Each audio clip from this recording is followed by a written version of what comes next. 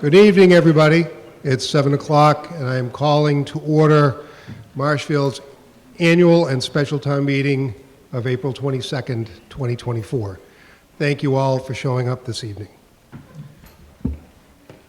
There's a couple of points that I'll go through as we usually do at the beginning of the meeting, some official points that we need to cover and a few other things along the way.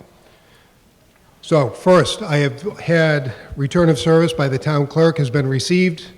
That includes the warrant and all the notifications that were posted. So that has been done. Emergency exits. Note where the emergency exits are around this room, that not necessarily the door through which you came. Just in case we ever have to leave this place in a hurry, you'll know where to go.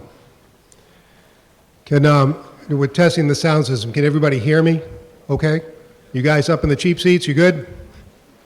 Great, thank you. There's some non-resident seating in the back left corner. Those people in that area are not allowed to speak at town meeting or vote, but there's an area if they want to observe, just so you know. There was some discussion recently about there being a huge crowd showing up this evening, so we had the capabilities to actually have an overflow crowd go into the gymnasium. I think it's safe to say that's probably not going to be required at this point. We don't usually push the envelope for how many people fit into this room like ever. So there's plenty of room, plenty of spaces for people to get seats.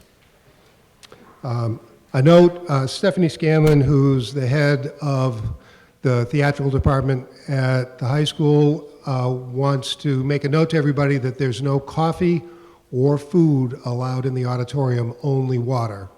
She's trying to protect the quality of the space that we're in, that we enjoy. So please, if you've got coffee with you, if you've got food, please do not partake of those things. So in the front of the room, again, I'm your moderator, Jim Fitzgerald. To my right is Town Council. I have Grayson Pelletier, who's running the clock, acting as my assistant. The Town Clerk, the Town Treasurer Collector, the Select Board, the Town Accountant, the Town Administrator, and up in front of me is the Advisory Board. At this time, the Board of Selectmen would like to make a presentation.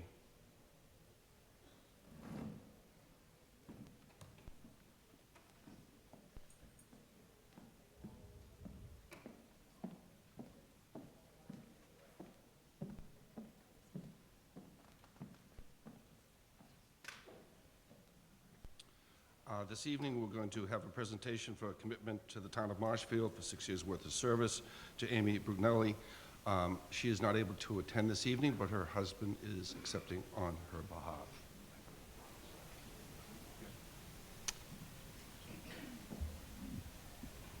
Better? Yeah. Is he coming up? I don't see him coming up, so what I'd like to do is I'll just move forward then, and I'll read the Commonwealth of Massachusetts, Town of Marshfield, presented by the Select Board to Amy Brugnelli. We hereby honor and thank you for your commitment to the Town of Marshfield during your 6 years of service as a member of the Board of Assessors. And witness our hand and seal the Town of Marshfield on this 22nd day of April in the year 2024, signed by the Select Board. So, thank you, Amy.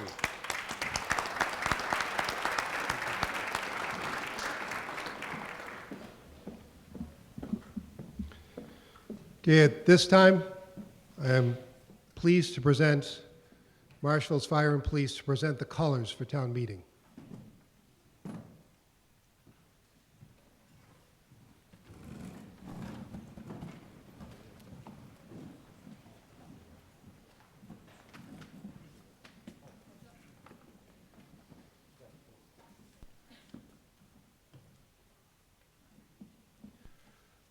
would like to call at this point Kyle Potts to come and lead us in the Pledge of Allegiance. There's a bit of a bio. Kyle Potts is a U.S. Navy ensign and a Marshfield resident. He graduated from South Shore Voc with honors and continued his education at SUNY Maritime College in New York City. where he participated in the New York City Navy ROTC program. Kyle graduated with a BE in mechanical engineering and was commissioned as an officer with the Navy's Strategic Sea Lift program. Kyle was sworn in last summer here in Marshfield at Veterans Park by his younger brother, a second lieutenant in the Army. Kyle is a third assistant engineer with Transocean out of Houston, Texas, where he will also serve in the United States Merchant Marine. Kyle is the middle son of our veterans agent, Lisa Potts, and her husband, David.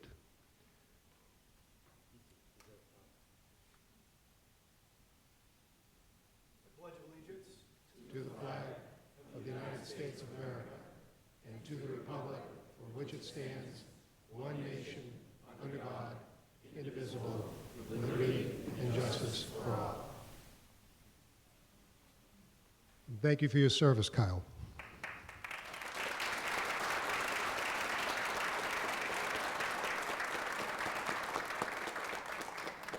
At this time, to sing the national anthem, I present the Marshfield High School Marshallers.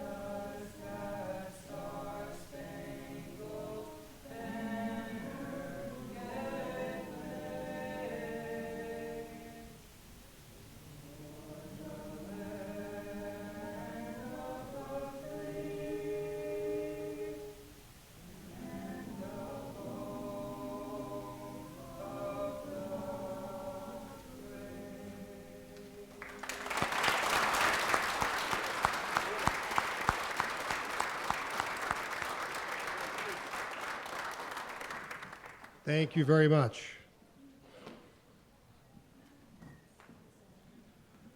Okay.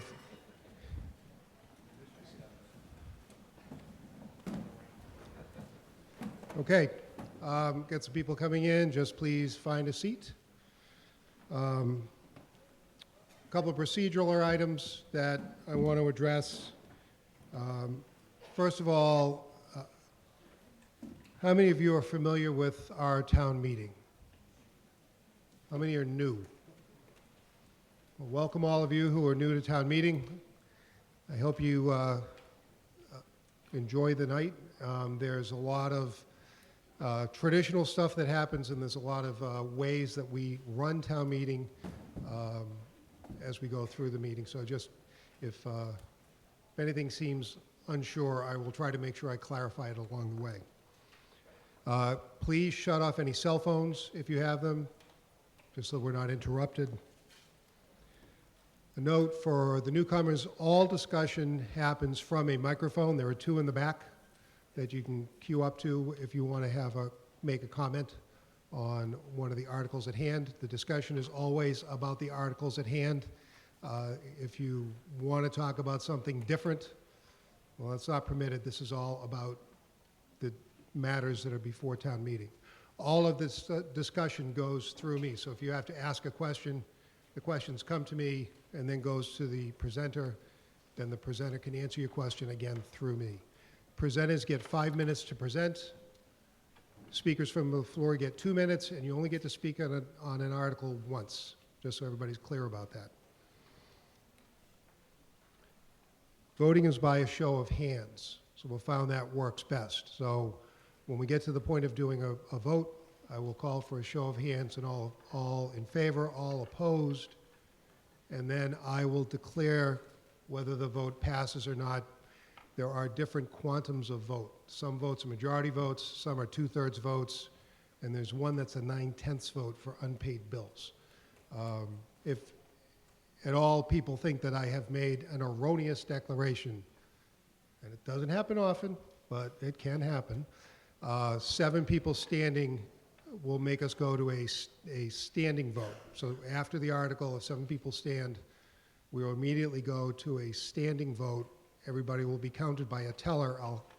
I will be calling out the tellers in just a moment, and they will count your section, and then we'll go with a vote from the standing vote. So that's the extent of my the opening remarks.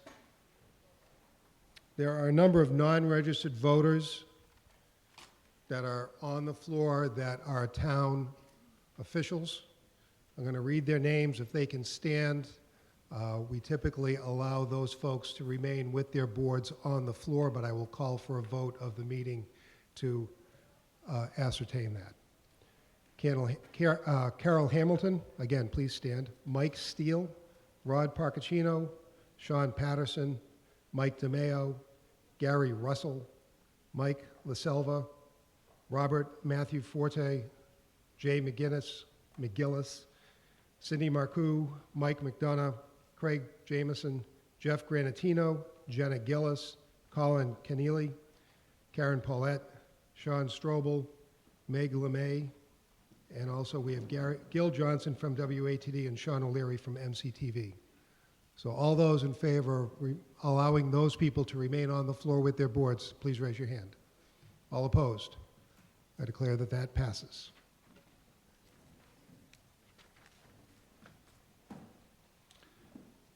So I'm going to read a list of the tellers. They will be counting you in the case of a standing vote. So Section A, and please rise so people know who you are. Section A, Anne Marie Sinnott. Section B, Jeb Deloche. Section C, Anne Marie Sacchetti. Section D, Kevin Robinson. Section E, Andy Wenning. And the visitor section is going to be Terry Wenning. So when the time comes for us to go to a standing vote, they will be the ones that will be directing you when they're done taking the vote. One of the things with voting is you need to be in a seat to vote, and you need to stay in your seats until such time as the vote is finished. The rules of town meeting are in the front of the warrant. It's the first couple of pages. I want to highlight Rules 7, 9, 11, and 14 as being particularly important. There's also, there's a rule of moving the question. If debate has continued for some time on an article, and you think that you have heard enough to go to a vote on the article, you can move the question. And moving the question is one of the few times you can actually call out, well, you should get to a microphone. We did a call out before. You need to get to a microphone and move the question. If you move the question, and I accept the motion as being legitimate, which means I think that enough vote has taken place, enough discussion has taken place, then if you move the question, then I cancel debate, there's no more debate on the article, and we just go to a vote. There needs to be a good deal of debate. If you've heard 10 minutes of discussion and you think that's enough, I probably don't. So I like to give people enough time to get their points across and be able to hear different people. So, but it could get to the point where a discussion is continued for 40 minutes and it's time to go to a vote. So I do welcome people to move the question if they think it's gone on too long.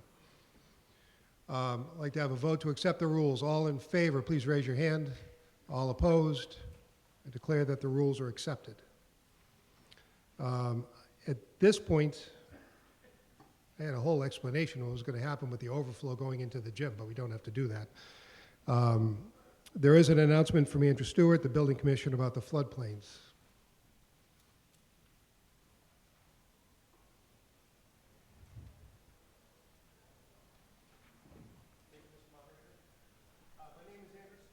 Can you get to the microphone? I hope people can hear you. I'm the building commissioner and floodplain administrator. You need to, Andrew, if you can turn the mic on.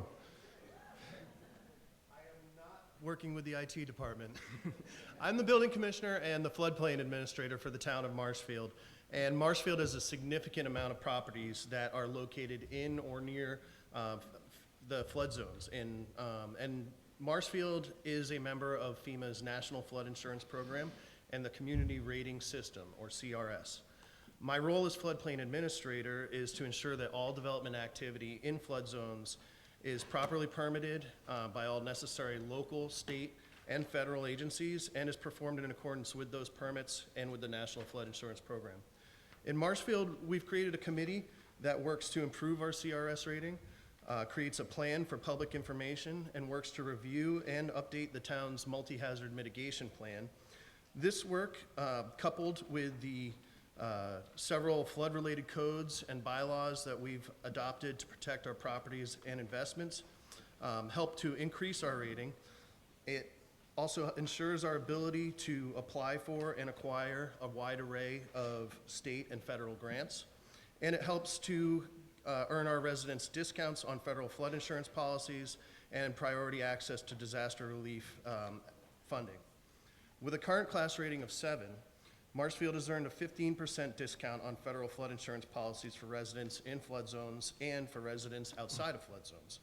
The town's working hard to improve Marshfield to a class 6 community, which would increase our discount to 20%. The CRS community is dedicated to the task of encouraging all residents to purchase flood insurance, to lower our flood insurance rates, to inform residents about flood zone requirements and flood hazards, and to ensure the safety of our residents, buildings, and infrastructure from flood damage through the application of the building, wetlands, and zoning regulations. As part of our effort to reach a Class 6 rating, we now offer free property protection visits and property protection advice for flood zone residents, where I will conduct a site visit on your property so that I can offer you site-specific information and advice on how to protect your home and property from flood hazards. If you'd like to schedule one of these visits or would like more information on flood zones, flood hazards, or flood insurance, please visit our website at www.marshfield-ma.gov/CRS or contact me, Andrew Stewart, at the building department. Thank you very much, Mr. Moderator. Thank you, Andrew. One more point there in the back, when you picked up your warrant or you picked up your paperwork, there's a blue errata sheet that is listed out there, and these are sort of Scrivener errors. Sometimes we go between, from the time people start talking about articles and drafting them to the time they go to the printer, there are changes that get made along the way that are just typographical or writing errors. So the errata sheet shows you some changes that are going to be in the motions. The difference between what you read in the warrant is the notification that we're going to talk about particular articles. The motion that I will read is the legalese that goes with that. So what I read as the motion may not exactly match what's in the warrant. The errata will change some of the numbers and the verbiage of what's in the warrant. Okay, lastly, one more thing. I am going to be using a consent agenda to expedite dealing with some housekeeping articles and articles that historically prove to be little discussed. I'm going to read a list of the articles. They are broken into majority votes, 2/3 votes, and 9/10 votes. I'm going to read the list. If somebody has a question on one of the articles in the list, just let me know. I'll mark that down. Once I get through the list, we'll go back and try to answer that question quickly so that we can go forward with a vote. And then we will vote those articles in full without any debate.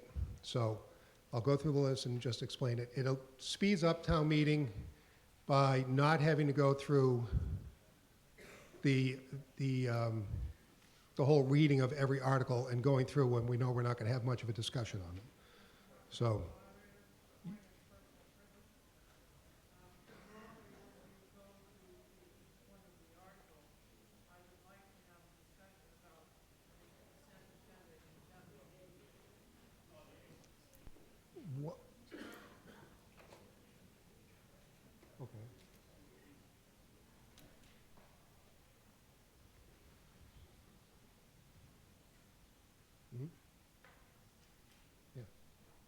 It's in the rules. Yeah, that mic isn't on, I don't believe.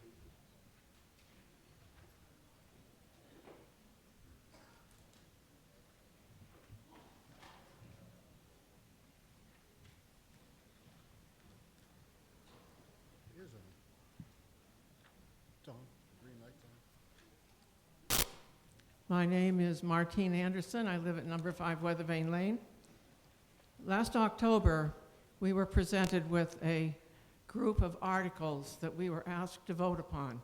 The only reason they were grouped together was because they had only a majority vote. The articles had nothing to do with each other. They were grouped, as we often do, planning board articles, for instance, and inadvertently, without realizing what I had done, I agreed not to have articles I was interested in presented to town meeting. It's my opinion that this warrant, as it's presented to us, the articles are there for a reason, so we learn more about our town and more about the community and the committee work that's being done. It's our chance twice a year to get together. 200 of us show up year after year, twice a year, and apparently there hasn't been any particular reason why we need to shorten the meetings, because we keep coming. Maybe it's like sheep, but I come and I see a lot of people I wouldn't otherwise see. In my inadvertence to agree to the consent agenda, I learned that the acquisition of land for the South River Park was not going to be discussed. It was an absolutely wonderful opportunity for everybody here to learn about the park and the Veterans Wall and the acquisition of land to make it even a better park than it was. We've all been going down there and weeding and cleaning it up and making it better. There was also an item about rerouting the traffic down at the Esplanade in Brant Rock between Island Street and I guess Ocean. There were a couple of other articles that I was interested in. The people who present them, the articles to be included in our warrant, the ones in here in this consent agenda, that have a whole bunch of things to do with floating docks. Well, you know, I'd like to know about those floating docks. Okay, I And I think, know there's, I think me? that's, you would get 2 minutes and we didn't put the clock on, but okay, well, I then I get still the, have. I get the intent of what you're saying. So what I'm not interested in choosing articles that I just received tonight and deciding which ones I want to have excluded. I want them all to be included, so I'm not for this consent agenda at all. Okay, we get your point, thank you. So I, Thank you. So we have, as part of the moderator's rules, have adopted the use of a consent agenda. And the reason for doing the consent agenda is so that articles that we don't typically discuss very much, you can, accepting the town meeting reports, or the town reports. I don't think we want it. Martine, that's done. I understand what you were saying, well, it please. says I have more time. No, you don't, because I never turned the clock on to begin with. So, I think that the consent agenda, I think the consent agenda is a useful tool. If somebody wants to remove something from the consent agenda, there's a particular article that you want to remove. Please, we're done, okay? So I guess, here's the deal. I think having a consent agenda, I'm speaking, thank you.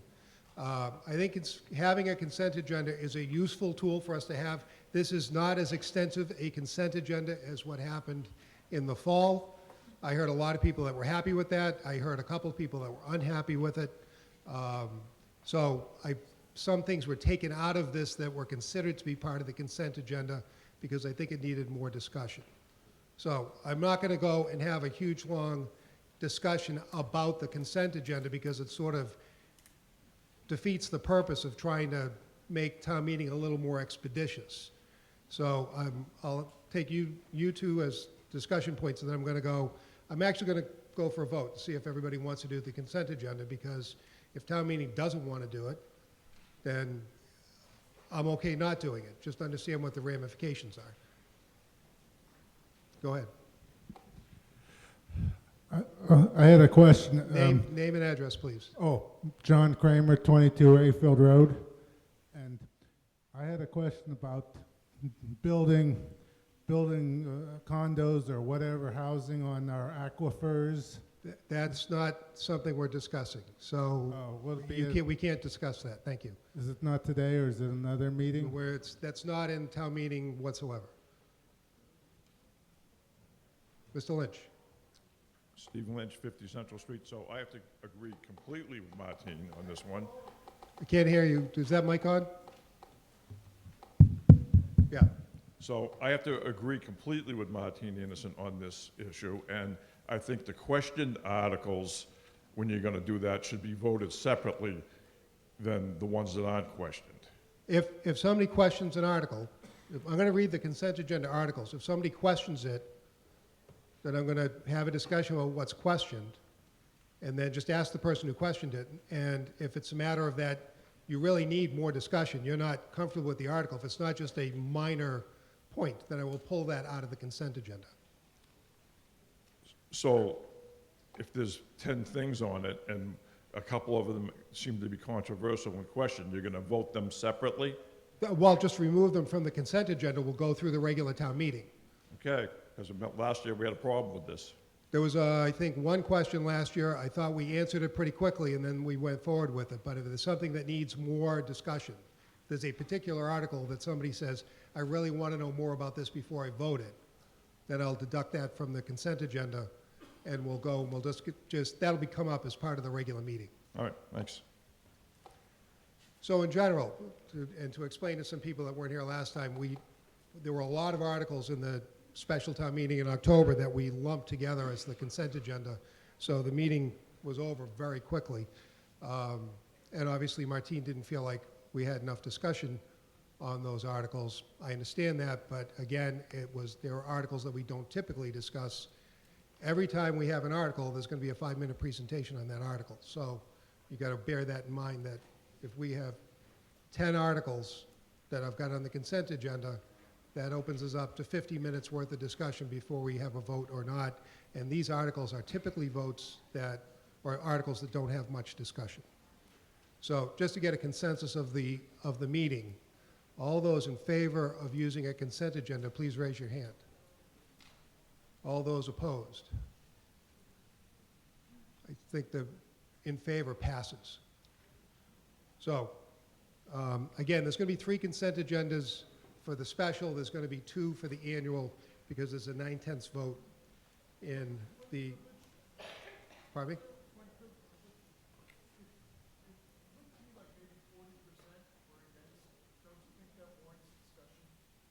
No. I think there was definitely, the majority wanted to go with the consent agenda. But majority wins. This isn't an ongoing thing. That was as much vote as I was going to do. So for the special town meeting, this is the majority article consent agenda. I have Article 2. Sure thing. How's that? That better? Sorry. I try to stay ahead of that, but every once in a while it gets away from me. Article 2, Article 3, Article 4, Article 8, Article 9. Question on Article 9. Article 10, Article 12,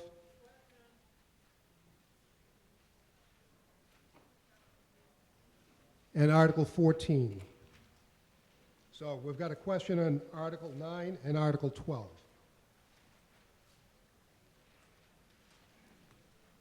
So Article 9 is a vote to authorize the select board to appoint 2 additional members to the Conservation Commission.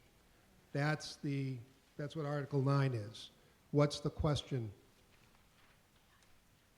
on Article 9 about appointing the 2 additional members? Craig Hannafin, 1317 Union Street. There is an errata in this article there are 7 members of the Conservation Commission, not 5. Okay.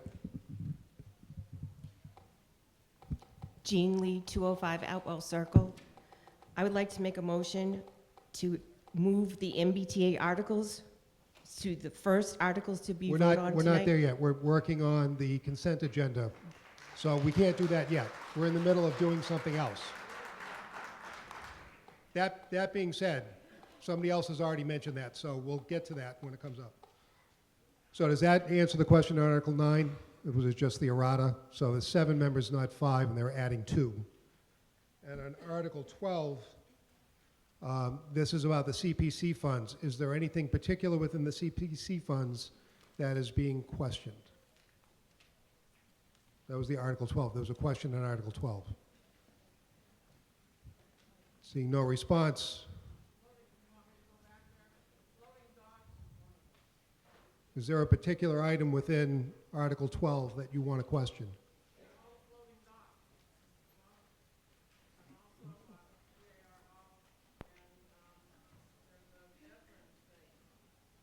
So do you want to know about all of those?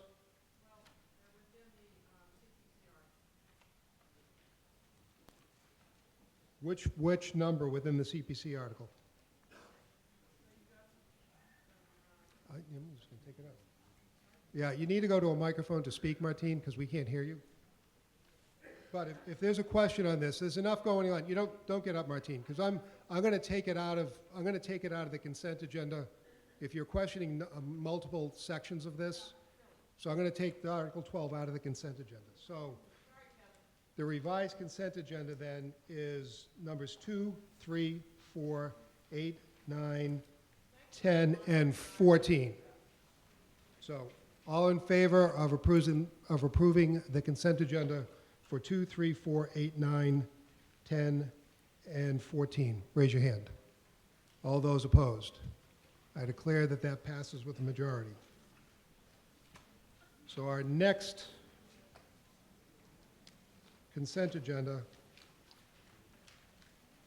is a 9/10 vote. Do we have a 2/3 vote in here? There's a 2/3 vote in there, isn't it? Or is it just the 9/10? Okay, so this is the only other one. I made a mistake. There is not a 2/3 vote. This is a 9/10 vote, and the reason it's a 9/10 vote is this is to pay bills that came in after the last fiscal year closed. So the only way to pay these bills is to pay them with special town meeting money, and that requires a 9/10 vote of the board to do so. So, and this is, you can see this is Article 1 in your warrant. So this is usually a non-controversial vote. So does anybody have any questions on this? Seeing none, I'll call for a vote. All those in favor of the consent agenda for Article 1, please raise your hand. All those opposed? I declare that that passes by 9/10. And there are no postponements. This is one of the first town meeting warrants where I remember where there's no postponements. So that's great. We just saved ourselves a bunch of time by doing that. And as I said with Martine, if somebody questions something and there's enough that she wants to know within that CPC article, and there were a number of places to go with it, we'll take that out. We'll talk about them individually.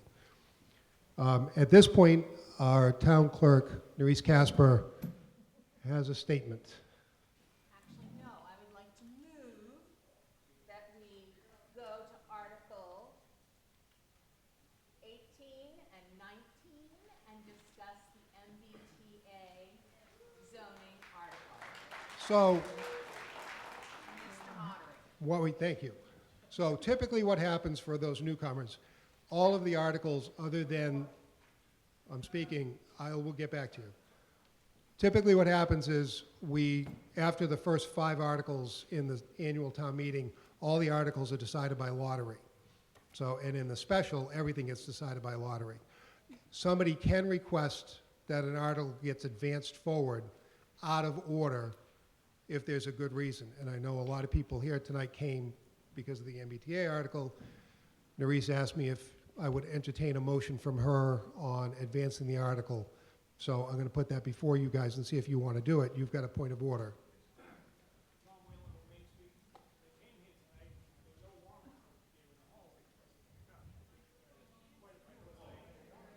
They were up there when I walked in. Okay.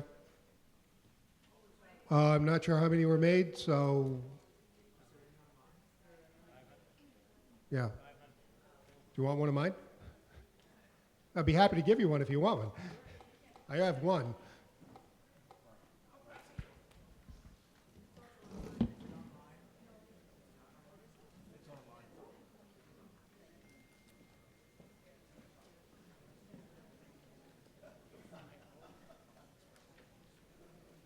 According to the town administrator, 500 warrants were out front. So I don't know that there's 500 people in here. There might be. Place holds 800, so maybe there's more than the average number. I will say that once we get done with the MBTA article, I'm intending that to go straight to a standing vote. So if nothing else, we'll find out how many people actually showed up, which is always a good thing to do. So we've got a motion to advance articles. Articles 18 and 19 were linked. They're similar articles for a similar topic, so occasionally I will link articles so we can discuss them both at the same time. So Articles 18 and 19 are linked. This would put Article 18 on the floor, and it's a majority vote. All those in favor of advancing Article 18, please raise your hand. All those opposed? That doesn't surprise me. I think that was unanimous. So, Article 18. The Planning Board moves that the town vote to amend the Marshfield Town Code Division 3 zoning bylaws by adding a new Article 16 XV1 MBTA Communities Multifamily Overlay District as set forth in Article 18 of the April 22nd, 2024 Special Town Meeting warrant. And this is being submitted by the Planning Board. Mr. Guimond. And I did speak with Mr. Guimond. This is obviously a very important and somewhat complicated article. I've asked him to try to keep it to 5 minutes. He does have my authority to go over slightly if he needs to. Thank you, Mr. Moderator. Greg Guimond, Ice House Lane. The MBTA communities, the zoning law in the state has 3 sections. The 3 sections are underlined in bold on the slides to follow. Section A, MBTA communities shall have a zoning ordinance or bylaw that provides at least one district of a reasonable size in which multifamily housing is permitted as of right. Said district shall have a minimum gross density of 15 units per acre. Housing can't have age restrictions. Housing should be suitable for families with children. Said district shall not be located more than a half-mile from a commuter rail station, subway station, ferry terminal, or bus stop, if applicable. Next slide. Section B. MBTA community that fails to comply with this section shall not be eligible for the following funds. So originally there were 3. They have added 14 more grants that could be withheld from a community if the community does not comply. Of the grants mentioned, only one of them, MVP, has been used by the town of Marshfield. In 2019, we received a $19,000 grant from the state to do the necessary steps to become an MVP-eligible community. In 2022, the town got a grant for $78,000 from the state to undertake a long-term coastal resiliency study. The town matched that with $26,000. Next slide. Section 3, where we fall into this is we fall in under the adjacent communities option at the bottom of the slide for the creation of the guidelines. The MBTA guidelines have been modified several times. The first time it was modified, based on feedback from the communities, was to put in a clause that the towns could require 10% of the units to be built to be affordable, so we as the town would not fall further back on our 40B obligation. Next slide, please. Marshfield is considered an adjacent community because we are next to the Greenbush commuter rail station in Situate, not because we have GATRA, which is called the sail route in town. Next slide. The new law requires Marshfield to pass a zoning that would allow the creation of a minimum of 1,158 units by right. Next slide. State guidelines are very prescriptive, provide very little flexibility to the communities. They include excluded lands and sensitive lands. One thing to note, the state does allow a community to include land already developed, and that's an important part. Next slide, please. So the assistant planner spent a lot of time on the GIS following the state requirements. We came up with the map that you see. The state wants the adjacent communities to locate MBTA zones within a half-mile of the station, along transit routes, walking distance to stores and services, in villages or downtowns, or along commercial areas. Following the compliance model, you can basically see there was not much left of the town when you took out all those requirements. It's those white areas, which are on the northern area, which are all residential subdivisions. Next slide. So the second attempt by the staff, we changed it a little from what they were requiring, and what was blue bold is what the state wants, and what is not bold is what we added as on the staff side. Located along the GATRA route, walking distance to stores and services. We checked the village areas, we checked the commercially zoned areas. We avoided the excluded lands. We tried to avoid the sensitive lands, or to at least have only one sensitive layer. And try not to overload one area of town. Now, the reason we put that in is because we already have an area in town that has 240Bs, which the second one is beginning construction this week. That area will have over 500 residential units in it. So we did not feel that we should then shove more units down in that one area of town. And we also tried to improve existing land uses wherever possible. And in this case, there were some grandfathered automotive uses within a water resource protection that would be better if we did not have them in that district. Next slide.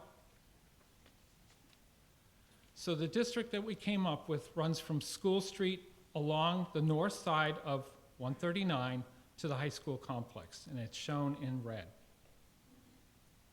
This area meets most of the requirements of the MBTA law.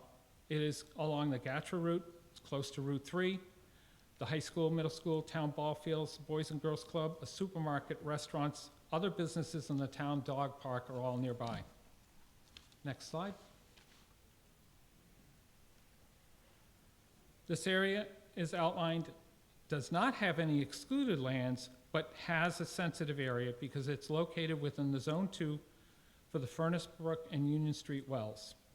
A new development going into this area under this bylaw will need to install an upgraded wastewater system or package treatment plant as part of the development.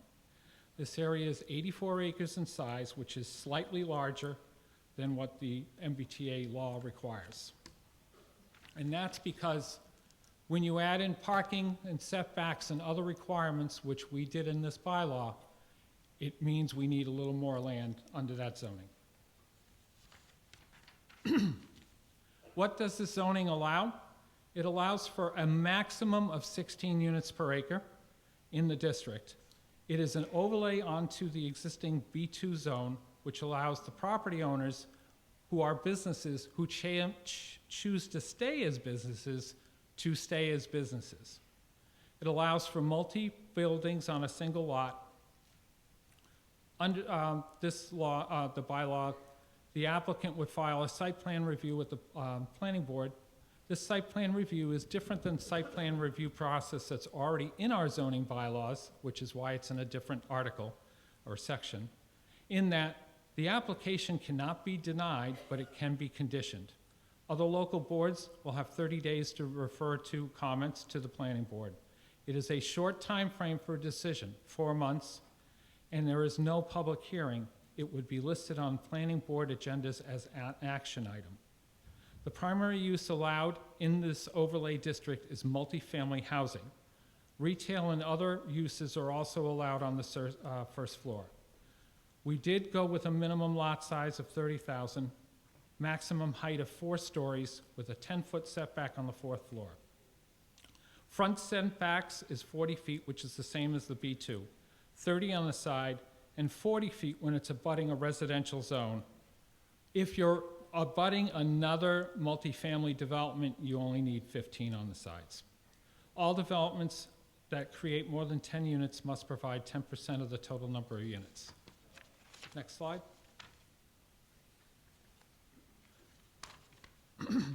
Planning staff made a few modifications to the bylaw to better fit Marshfield.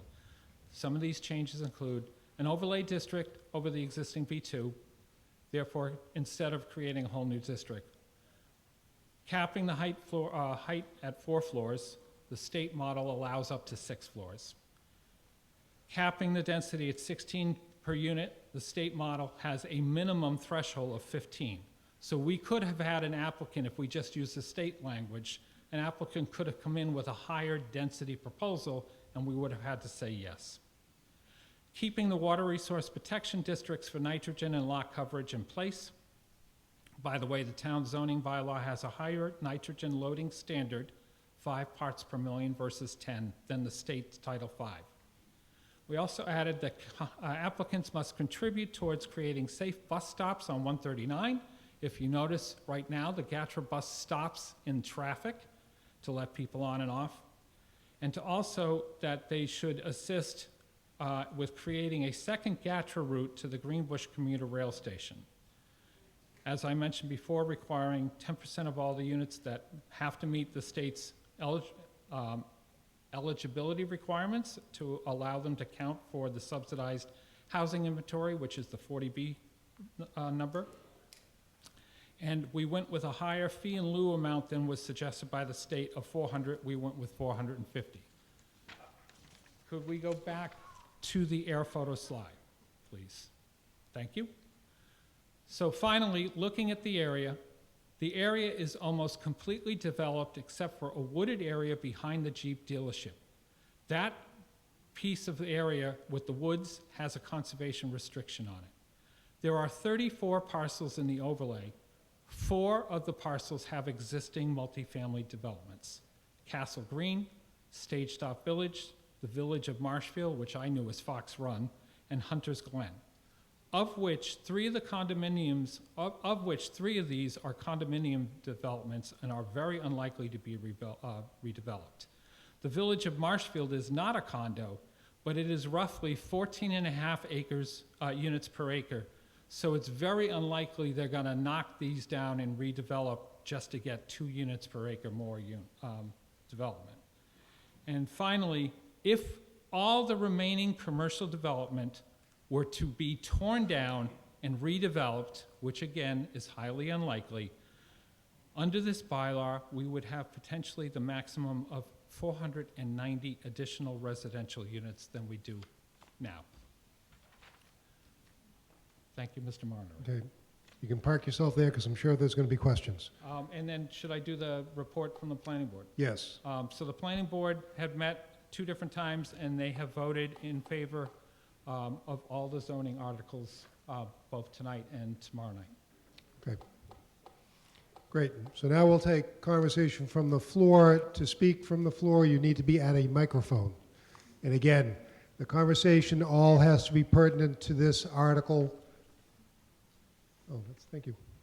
I'm sorry, I neglected the advisory board. Mark Ford from the advisory board. Thank you for reminding me, Mark. Thank you, Mr. Moderator. So the advisory board met and discussed Article 18 over the course of 3 separate meetings. We invited public comment and we had presentations from Mr. Guimond and Mr. Maresco. After these hearings, the advisory board recommends passage by unanimous vote of those that were present. And I just want to make a few points to outline the reasons for our recommendation. First, as Mr. Guimond alluded to, this article is a result of state law, the MBTA Communities Act. That state law was passed by the General Assembly and signed by Governor Baker in 2021. The law compels Marshfield and 176 other communities on or adjacent to an MBTA line to have a zoning district that permits multifamily housing as of right.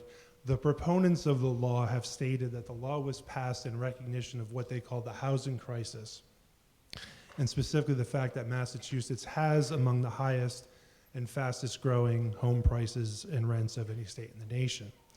The requirements of the districts in terms of the specifications, the size, and the location are very much dictated by this state statute. Marshfield currently does not have a compliant zoning district, and the deadline for Marshfield to implement one is December 31st of this year. The law requires Marshfield to do so. There is no provision in the law that enables Marshfield to opt out of this requirement. Articles 18 and 19 reflect, in the advisory board's view, a good faith effort by the planning department to create the required zoning district. This was not a question that we asked whether having a zoning overlay district is what's best for the town. That decision, in our view, was made by the state for us. The question that we answered was whether, given the parameters dictated by the state law, does the proposed overlay district best serve the community? And we believe it does, for the reasons Mr. Guimond explained. I just want to make a few additional points of emphasis. First, the zoning overlay means that, subject to the limitations set forth in the regulation pertaining to height, density, parking, setbacks, and other things, a property owner would be permitted as of right to build a multifamily or mixed-use property. It does not mean that all will. As Mr. Guimond said, some may decide instead that a different permitted use, such as the current business retail use, is what's best. Second, the bylaw will not change the character of all the parcels in the district. As Mr. Guimond said, many of the parcels already contain multifamily units, about 800 or so. And the final point I want to make is that the current governor's administration and the current attorney general have signaled an intent to enforce this law aggressively against towns that are not in compliance when the deadline meets. The statute, as Mr. Guimond said, indicates sources of state aid that may be withheld. The governor has indicated an intent to do so. Furthermore, as many of you have seen in the case of Milton, where they failed to meet their required deadline, the Attorney General brought suit to enforce and compel the town to institute the bylaw. It's worth knowing that while Milton has certain defenses, and I'll certainly defer to town council on those, it's important to understand the result of that litigation may be a court order that compels upon the town requirements that are less favorable than those that the planning department has articulated and drafted in the proposed bylaw. In other words, the litigation may result in a zoning bylaw or enforcement that does not have some of the protections that Mr. Guimond and the planning department have implemented here. And so for all those reasons and the reasons Mr. Guimond described, the advisory board recommends passage. Thank you. Going to discussion from the floor, gentleman at the right microphone. John, That'd be you. You're I'm right? Okay. my right. David Carrier, 34 Outlook Road. I want to offer two brief amendments. One, at Article 18, under the 305-16.06 Water Protection Resource Standards, at the end of that, add and Town Code 285-19.1, and a similar, with your permission, Mr. Moderator, it's the same language immediately after the Water Resource Protection Standards sentence in Article 19 on page 20, also adding Town Code 285-19.1. And for those people who don't know what that is a bylaw that was written when I was on the Board of Public Works and passed at town meeting in 2021 and approved by now Governor, but then Attorney General Maura Healey, that was a viable bylaw following DEP guides. And the bottom line is that it requires anyone, and that's an entity doing work within Zone 1 or Zone 2 of the aquifer, they must avoid bringing any polyfluoroalkyl substances in, or if they can't get a substitute for it, indicate how that would be prevented from getting into the soil and then therefore possibly into the groundwater. This does not apply to things like septic system discharges, which are commercial products over which there is currently no regulation. But according to 2 Globe articles I've read recently in the last 2 Sundays, it's coming. Comment, Bob? It's like, from town council, unless this is in writing, there's no way for him to go and evaluate whether these, your amendments, have any, They're like 4 words. it's a matter of how they impact the context of the article. Well, I know that town council is fully familiar with the bylaw because he was on the supportive of it when it was written. I don't understand the reasoning here.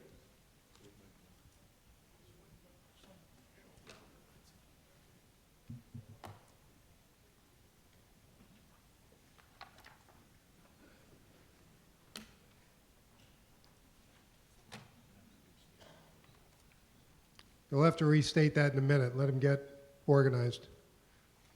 I'm sorry, say again? You'll have to restate what you want to change in a second. He's got to get to the right page. Okay.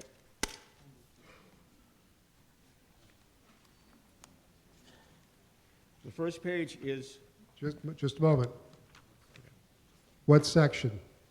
it's Article 18, page 14, 305-1606. Water Resource Protection Standards.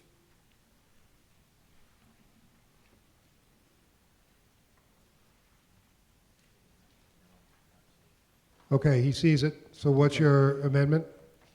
And Town Code 285-19.1, added at the end of the sentence that ends 305-130-03, parentheses G, close parentheses. That's one. And the second amendment? And then the second one is under Article 19, page 20, and it's C. We're on Article 18 right now. Well, they were, where you They're said they linked, were. but we haven't taken up Article 19 yet. Okay, well, where you said they were cojoined, and the language basically is the same. Yeah, but we need to pick up each of them individually. All right. Yep, make a Okay. statement. Town council's going to speak to the town planner. Be right back on that one. May I stand by? Please do.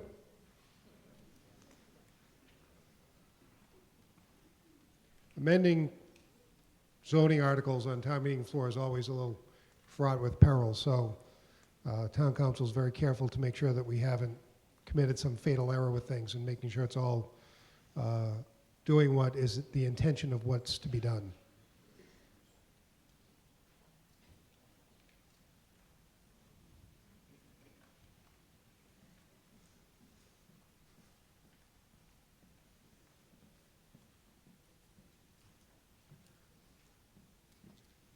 Robert Galvin, Town Council.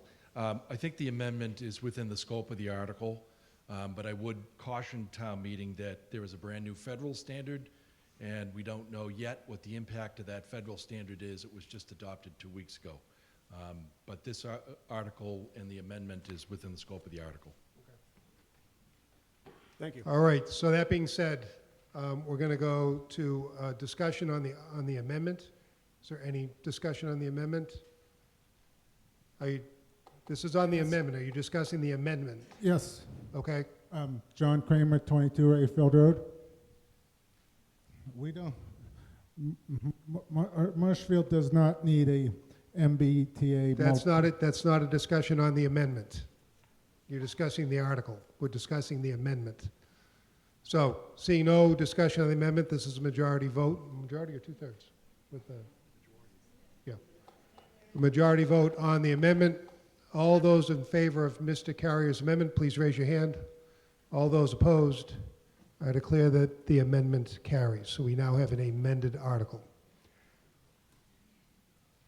So John, you can speak now.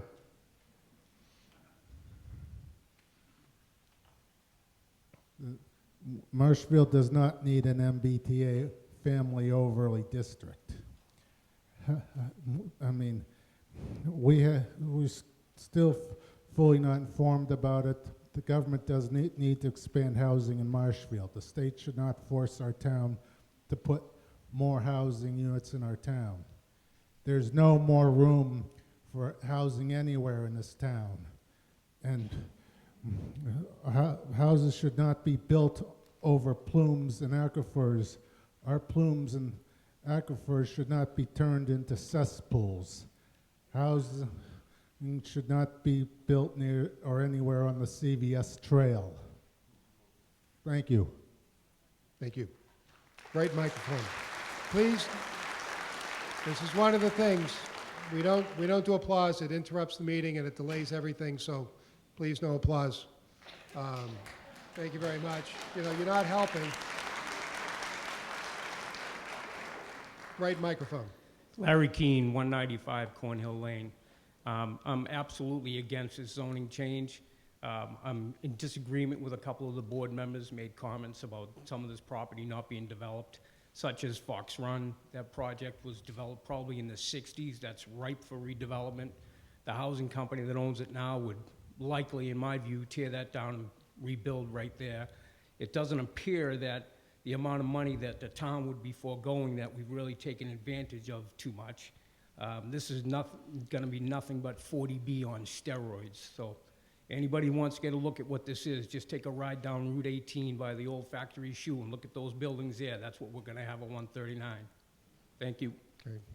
Right microphone. I'm serious about the clapping. All it does is delay everything that goes on tonight. So please, there's no reason for that. So let's get this through this article, clap at the end, whatever the outcome is, but let's get the discussion going without having the interruption. Jack Griffin, 44 Marshall Avenue. On the original slide that you had in the very beginning, it stated that it had to be a half mile, 0.5, and this is a lot further than a half mile, so I'm kind of, if it has to be a half mile, why are we so far away? And are we doing it right? Or should we be down on the other end of town? Okay, Mr. Guimond. So the first slide, that is the state law. So A, B, and C, which was underlined in bold, is the state law that was passed. C, Clause C, allows for the state's EHOLC, Executive Office of Housing and Livable Communities, used to be formerly called DHCD, to come up with guidelines. In those guidelines, they added adjacent communities. So we are more than a mile and a half from Greenbush. Correct. But because we are an adjacent community, the state is requiring us to come up with 10% of our total housing stock, which is the 1,185 units. So that's where it comes from. I agree. It does not make sense. We are not near an MBTA community, but that's what the law is, and that's what their guidelines caused with adjacent communities. Further questions? Got another question. I don't know if this is the spot for it, but what happens to the businesses along 139 that do not want to cooperate, and what happens to them? Do they get bought out? They get eminent domain? What happens there? Mr. Guimond? So there is no eminent domain. This is a zoning to allow it to happen. The state has told us it's not required, but we are to zone it to allow it. So if a business wants to stay a business, which I spoke with Attorney Guard, who's the attorney for Quirk Jeep, because that was one of the properties that we were concerned with, he said, no, I'm not going anywhere. I'm selling a lot of Jeeps here and I like Marshfield. So in his case, at the moment, he does not intend to sell his property and redevelop. If this were to happen, it's somebody would have to either sell or decide themselves to redevelop the property. And my final question is, where would the turnaround be? Where would the station be that Gatra pulls into? Mr. Guimond? There is no MBTA station in Marshfield. There is no proposal to have an MBTA station in Marshfield. The planning staff's recommendation was to put it along the GATRA, the existing GATRA bus route, which is what we did. But you had stated that Gatra pulls over to the side of the road and it's dangerous, and I thought maybe it meant there was somewhere else you put them where they're going to pick up people. Well, right now it's the slow lane on 139, the right lanes, that the bus stops. Another set of lights. Thank you. No, I Okay. did not say that, but School Street is getting a set of lights. Okay. Woman at the microphone, left microphone. Bonnie Owens, Old Main Street. The intent of this law is to address affordable housing. It's my understanding that town administrator first confronted this law by trying to opt out in a letter where he said Marshfield is doing a great job on our affordable housing. I'd like to know what changed since that letter was written. Mr. Guimond? This article has really nothing to do with affordability except for we in Marshfield, if we pass this, would be saying to the developers, you need to provide 10% of the housing units to be affordable, so it counts towards our 40B. My information from our governor, attorney general, and the state legislators are this is market rate housing, and their hopes are by having 177 communities pass similar zoning language that we will flood the market with market rate units, which will cause house prices to go down.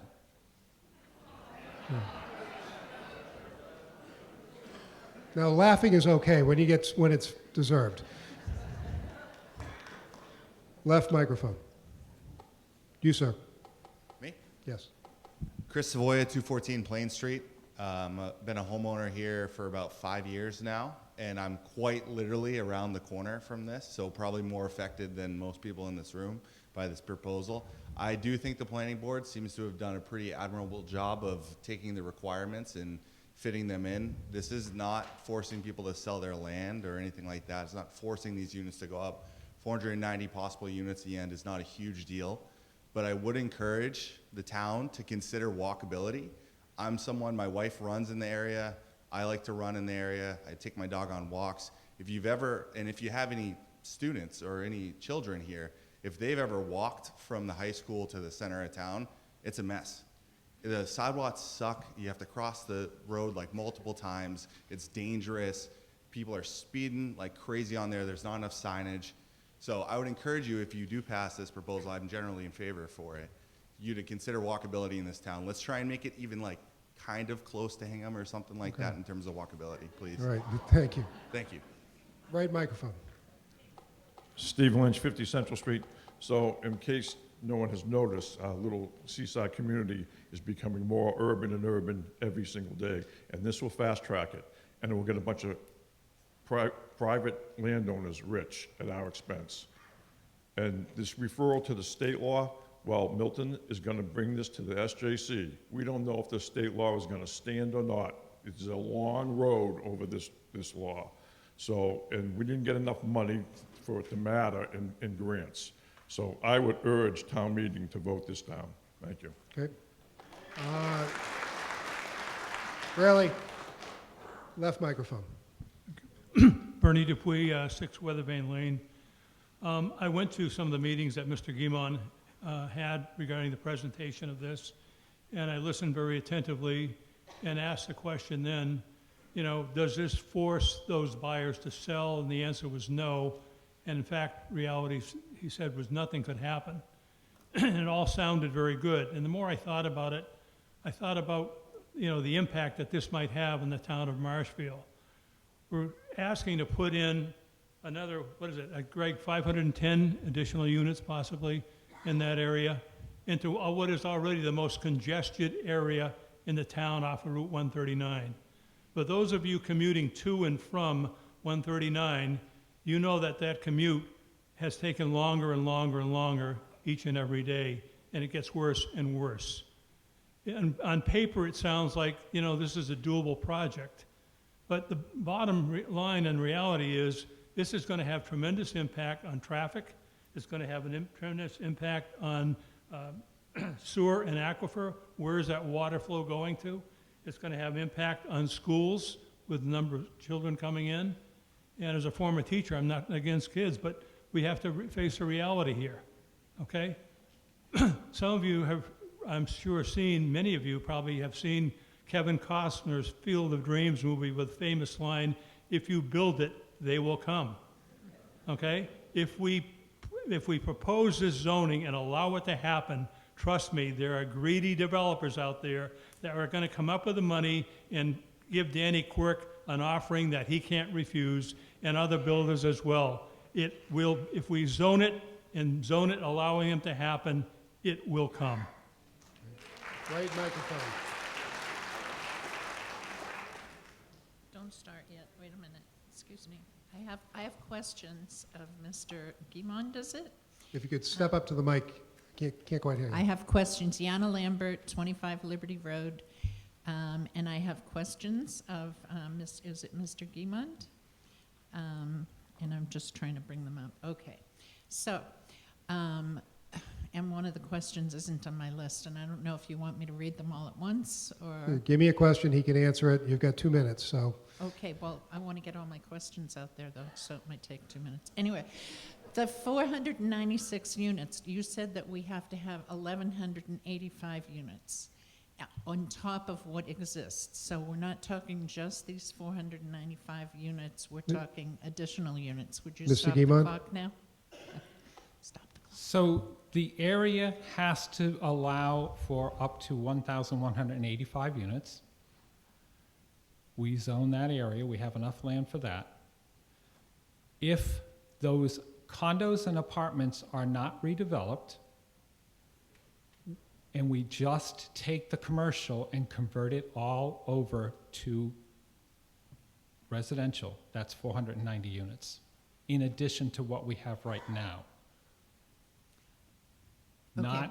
We don't have to go up to the 1,185 because we zone the area to allow it to go up to that number.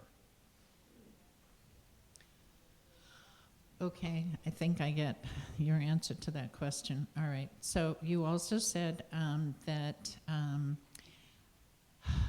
not one area in town will bear the brunt of the state requirement, but it seems like one area of town is bearing the brunt of it. Stop the clock, please. Mr. Guimond? So, under the state guidelines, they want it in commercially zoned land, in centers. You know, they have a bunch of criteria that they wanted. We could not find another place that did not have excluded lands involved or multiple layers of sensitive lands. And if you think about this on the traffic, most of the people that are going to be, so say we put this up in Cedar Acres or Holly Hill or something, and then the person is out buying homes, which is also going to be difficult, but there is not the road infrastructure out there. There is no GATRA out there. And all those people are going to be driving, for the most part, when they're dropping their kids off at school and stuff, they're going to be going on 139 anyway. So the traffic impact is going to hit that area. That area is mostly commercial. There are residential units in the apartments and the condos. On the other side of the street, it's zoned industrial, and there are businesses down on that side. Okay. Speaking about sensitive areas, you mentioned that there would be some impact on the Furnace Street, and I forget what other, maybe Spring Street wells, and I wondered if there's a proposed mitigation plan. And also on the same kind of subject, you said that this land, some of this land has conservation restrictions, so we're just like saying, oh, well, it's not restricted anymore. We get to override those conservation restrictions? Mr. Guimond? So on the conservation restriction, they can't override it, they can't develop it.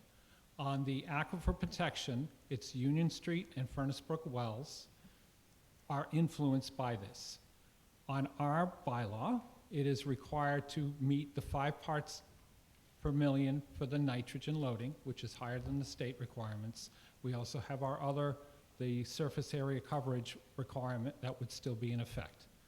That is not in the state guidelines. So we are being stricter than the state has in their guidelines as far as protection of the aquifer. And as I mentioned in the presentation, they would need a wastewater treatment system in order to put the density that we're talking about, similar to what they did on Modera 1 and what they're going to have to do with Modera 2. Okay. Okay. And I have two remaining questions. One is, does the property owner pay property taxes sufficient to offset all the new enrolled students coming from 495 or whatever additional units? And since I'm running out of time, I would like you to tell us what fee in lieu means. Got my Mr. questions. I'm done. Okay. So under this law, there is no requirement for the property owners to pay more money if the businesses do not supply enough money to cover school costs, which was a 40R proposal that the state had done some years ago, that if you zoned for apartments and stuff, they would pay you more money if you weren't recovering enough in taxes from the businesses in that district as well to pay for the school children. This is not that. They don't, the state did not put that in their language.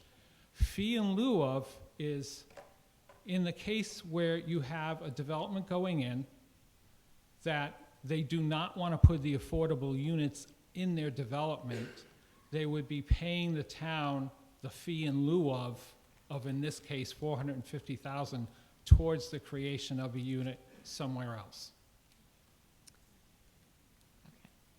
Thank you very much. Okay. Left microphone. Yes, good evening. Martin Cleary, Ellis Avenue, Wrexham. This has been quite a night. You have presented us with looking at this situation now that we have to have a 40B and a group of buildings that are coming down a planned area. And you're telling us it's federally mandated that you have to have this particular building site to be taken care of. And along with that, there will be an MBTA accessory to go along with it.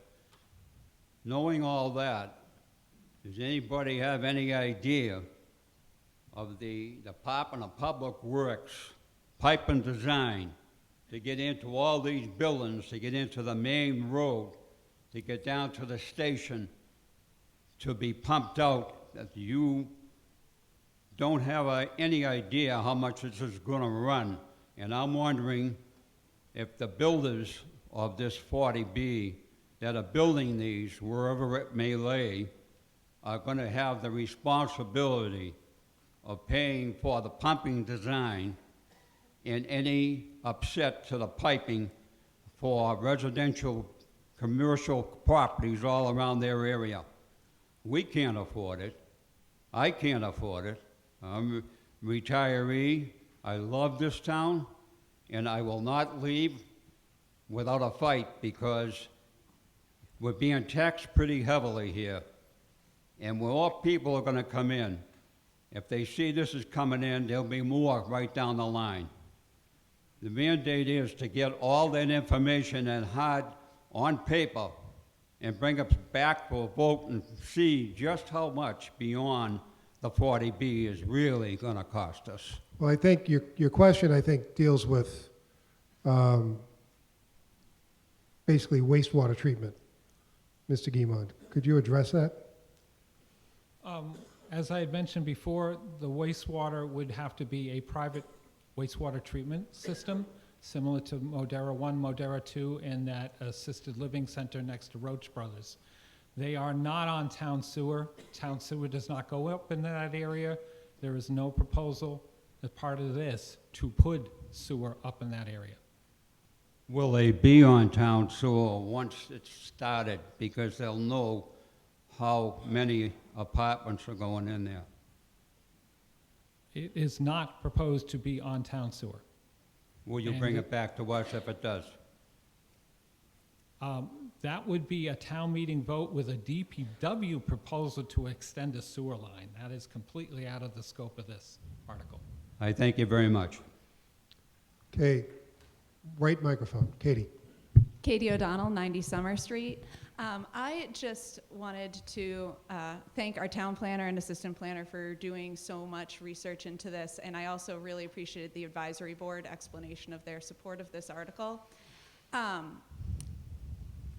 I know that there are a lot of players and things that go on at the state, but I wanted to speak on behalf of Marshfield because I really care about Marshfield, and my concerns with this bylaw are that if we do not approve this article or support this, then we are putting a giant target on our backs. That's my opinion, that the state is going to be looking at Marshfield as not a town that is supporting housing, and I'm afraid that we could possibly lose our local zoning control. And that's what the state has threatened that with Milton, and I don't know that we want to have the lawsuits and litigation and ongoing fight for years that would create for us. I would rather argue with the people in this room about zoning and permitting than have someone at the state come in and tell us what to do and just permit things like 40Bs the way that they already have. That's my concern, and I felt that I should share it. Okay, So thank you. I encourage support of this article. You want Please. to have town meeting in December? I don't. Thank you. Left microphone. Carol Schran, 675 Summer Street, and I appreciate those comments. I really do want to have a better understanding of what happens if we don't pass this. All I really understand is that there's some grant money that we really don't generally access anyway, so that's not a huge cost. What is the real risk for us if it's not passed? I'm going to give Greg a break because our town council wants to address that topic. So, Ms. Schrand, the day or two after Milton voters overturned their bylaw, which I know a lot about because I represented a group of abutters who were opposed to the project in East Milton, 750 of them, the Attorney General filed suit, and they filed suit at the SJC. Milton didn't bring that case to the Supreme Judicial Court. The Attorney General did. And unusually, for the SJC, or unusual for the SJC, they kept the case. And they've assigned it to a hearing in September, and that means to me that they're going to decide that case probably by the end of the calendar year 2024. The fact that they kept it should be a pretty good sign that they're probably going to tell Milton that their overturning of that bylaw was a problem, and they're probably going to issue some type of an injunction ordering Milton to comply with the law and implement a new bylaw. I understand in Milton that Milton is taking a two-pronged approach.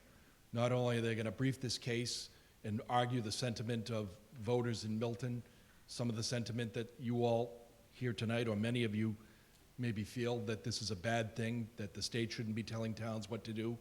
But they're also attempting to rewrite their bylaw because a lot of that bylaw was centric around East Milton and placed a lot of this new MBTA zoning in East Milton.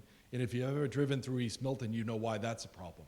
It makes Marshfield's traffic problems seem minimal, and they're not minimal here. In any event, the fact that the SJC kept that case means that they're probably going to act consistent with the way they've looked at laws like this before, and everybody knows that 40B is the law.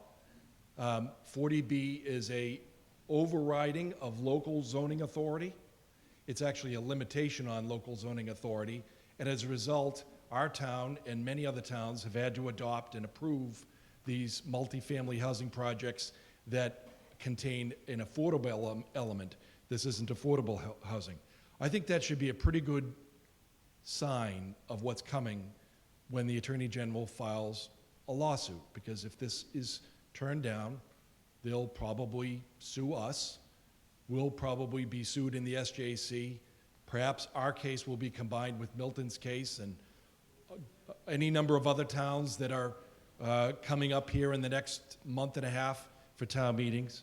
And we'll all get an order probably by the end of the year that tells us exactly what we have to do.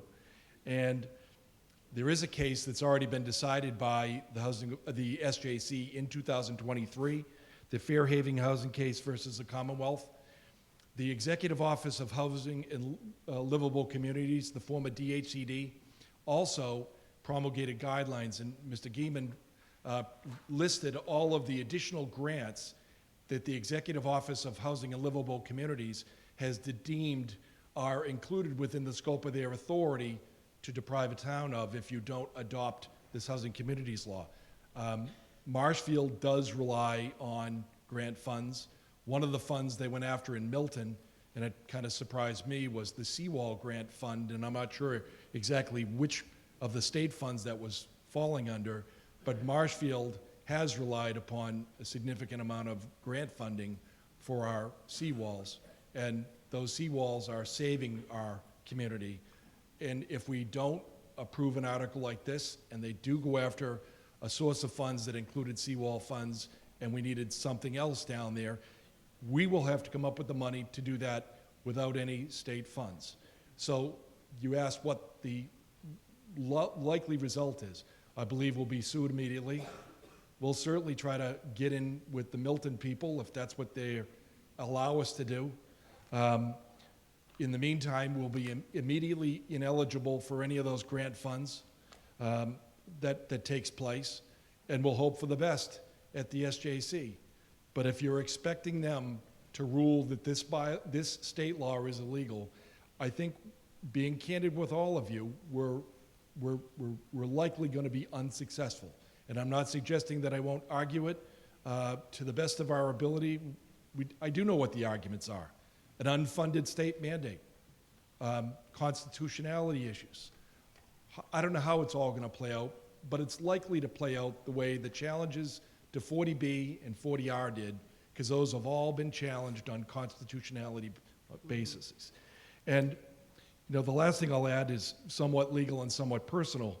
If this has to be built where it is, at least we're deciding where it's going, and who knows what might happen. And I can't tell you that it's going to be exactly in the same spot. I can't tell you the SJC is going to say, oh yeah, you can put it where you turned it down 6 months ago.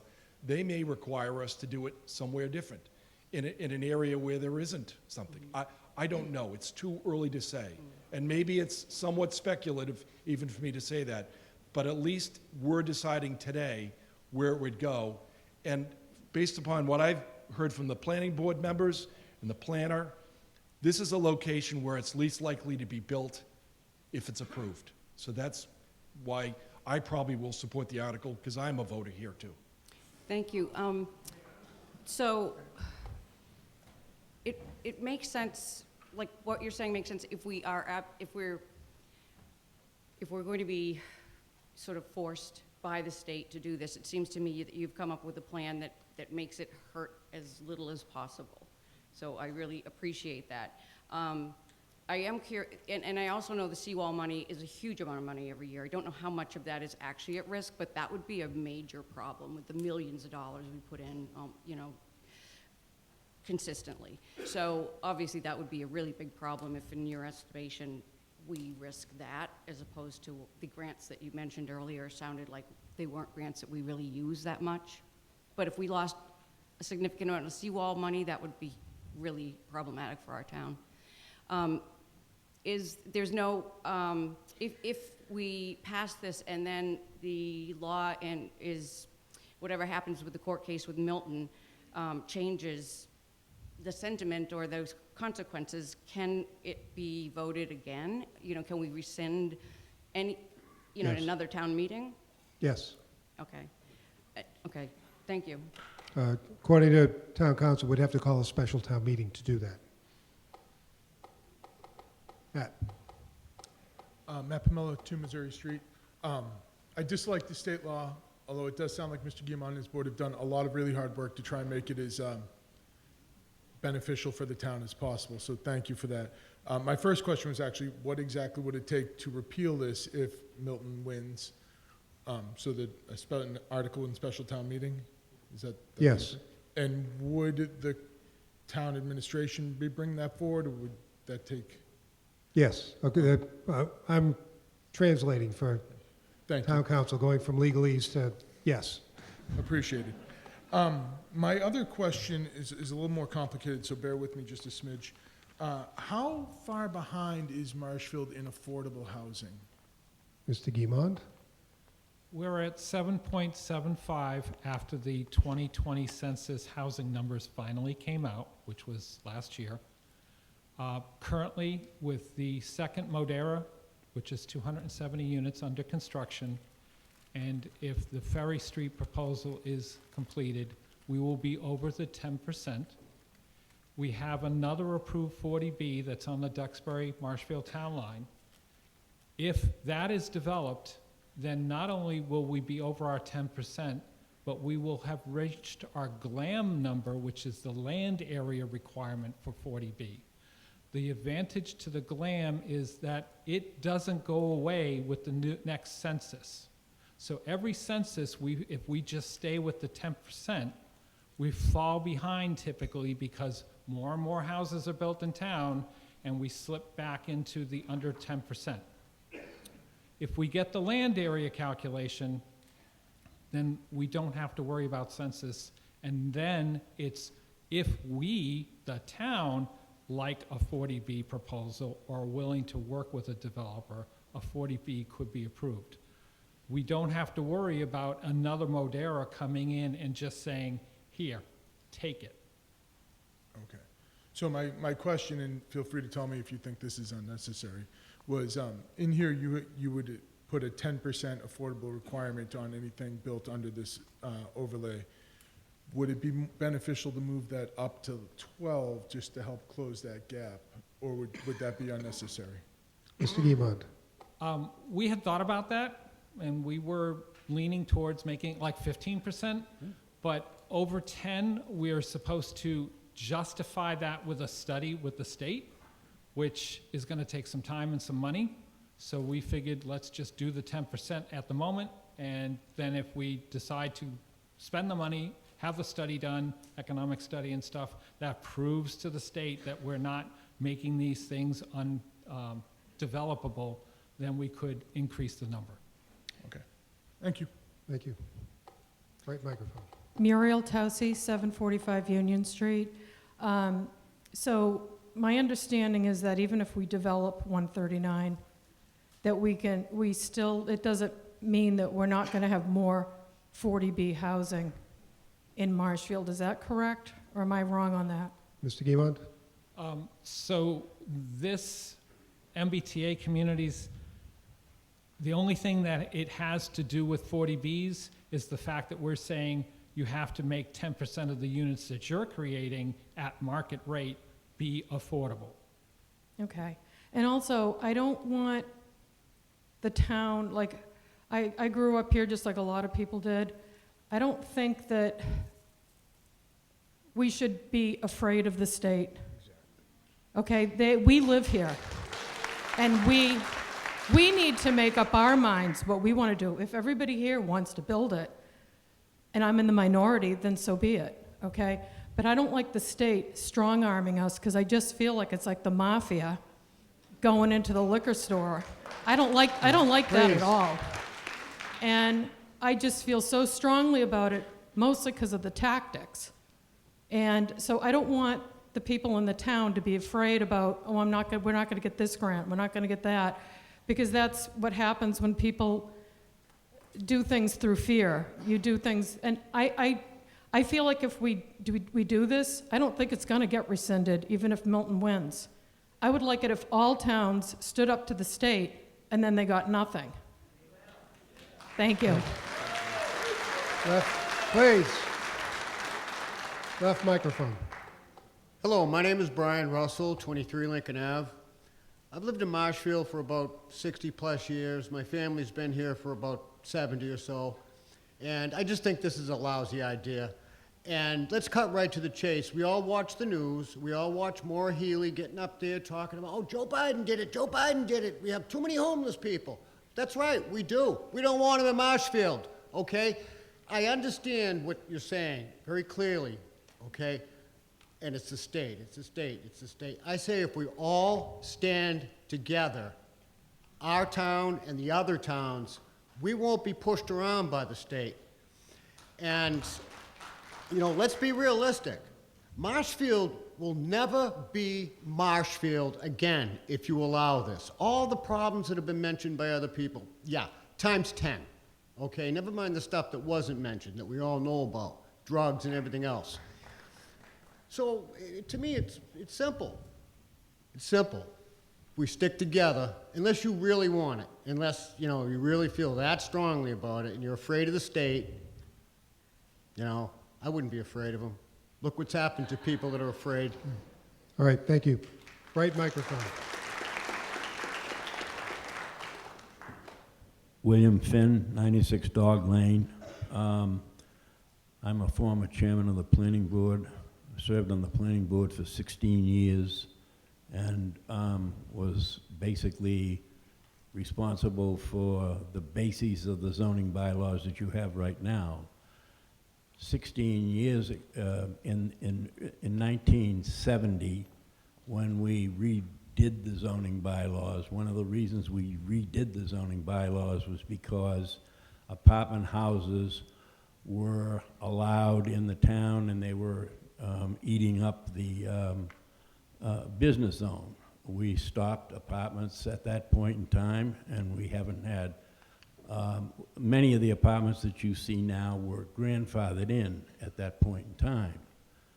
But one of the things I will tell you is that if you look up there, you see all of the department heads and the advisory board, the Board of Selectmen, Town Council, they are advising you in a proper manner. This is a mandate from the state. The town of Milton is going to lose, and the state will mandate something far worse on this community and other communities than we see being presented by the planning board right now. And I will also tell you, as an example, we are submitting from the Conservation Commission a grant for $550,000 on Friday. If you vote this down tonight, we're not going to be able to submit that grant because it's being submitted to the Municipal Vulnerability Program, which, if you looked at the screen, was the last grant program that the state has included that you cannot get money from. That Municipal Vulnerability Program is going to become very important when you're dealing with flooding and seawalls and all kinds of items. Okay, Mr. Finn, you're out of time. Okay. Thank you. I'm done. Right microphone. We have 3 people standing right now. We've been talking for an hour. I think we get rid of these 3 and have you guys speak, and then we'll go to a vote after that. So, woman for the right microphone. Me? Yes. Hi, my name is Madeline Daly of 5 MacArthur Lane, Marshfield. Keep my minutes, the clock's ticking. I want to know what was the minimum requirement of acres and why did you choose 80? I'm seeing 40. Mr. Guimond. So the 40 is the minimum contiguous area.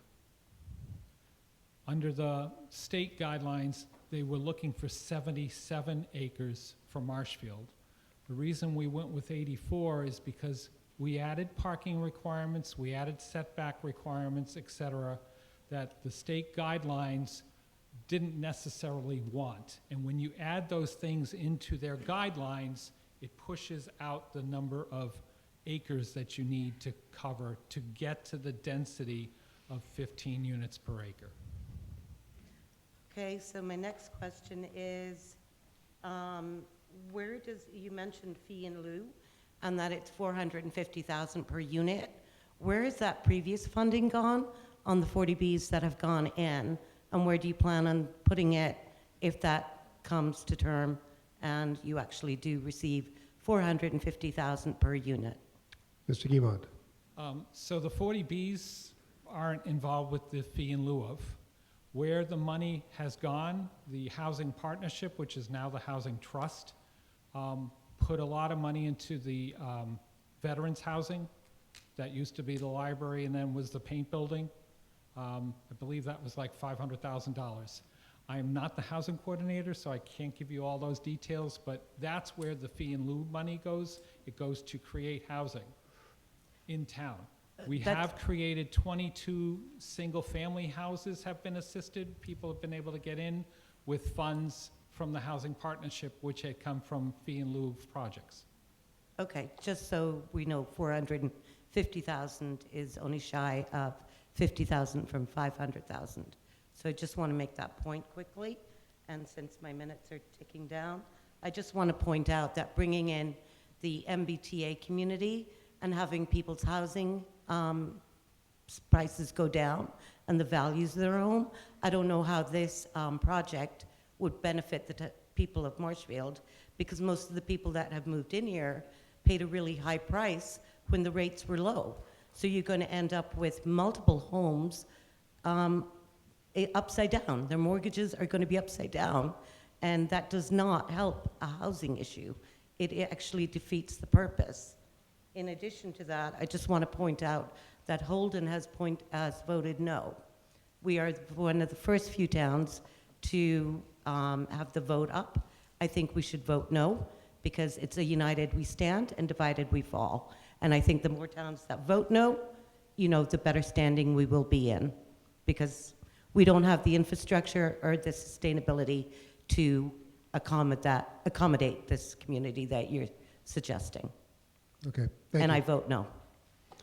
Gentleman at the left microphone. Brendan Coyne, 3 Woodlawn Circle. I just have a question. Have there been any outreach efforts or conversations with Representative Kearney and Senator O'Connor about a possible exemption to this law in the legislature? I'd be curious to know if there's been any due diligence in that respect, because it seems to me like that could be a viable solution for a community such as ours, coastal community. I think it's an unfair comparison to Milton. Milton has the MBT running right through the town, and it's also 5 minutes to Boston. It borders Dorchester. We are vehemently different from Milton. Mr. Guimond. I have not had any conversations with our state rep or our governor.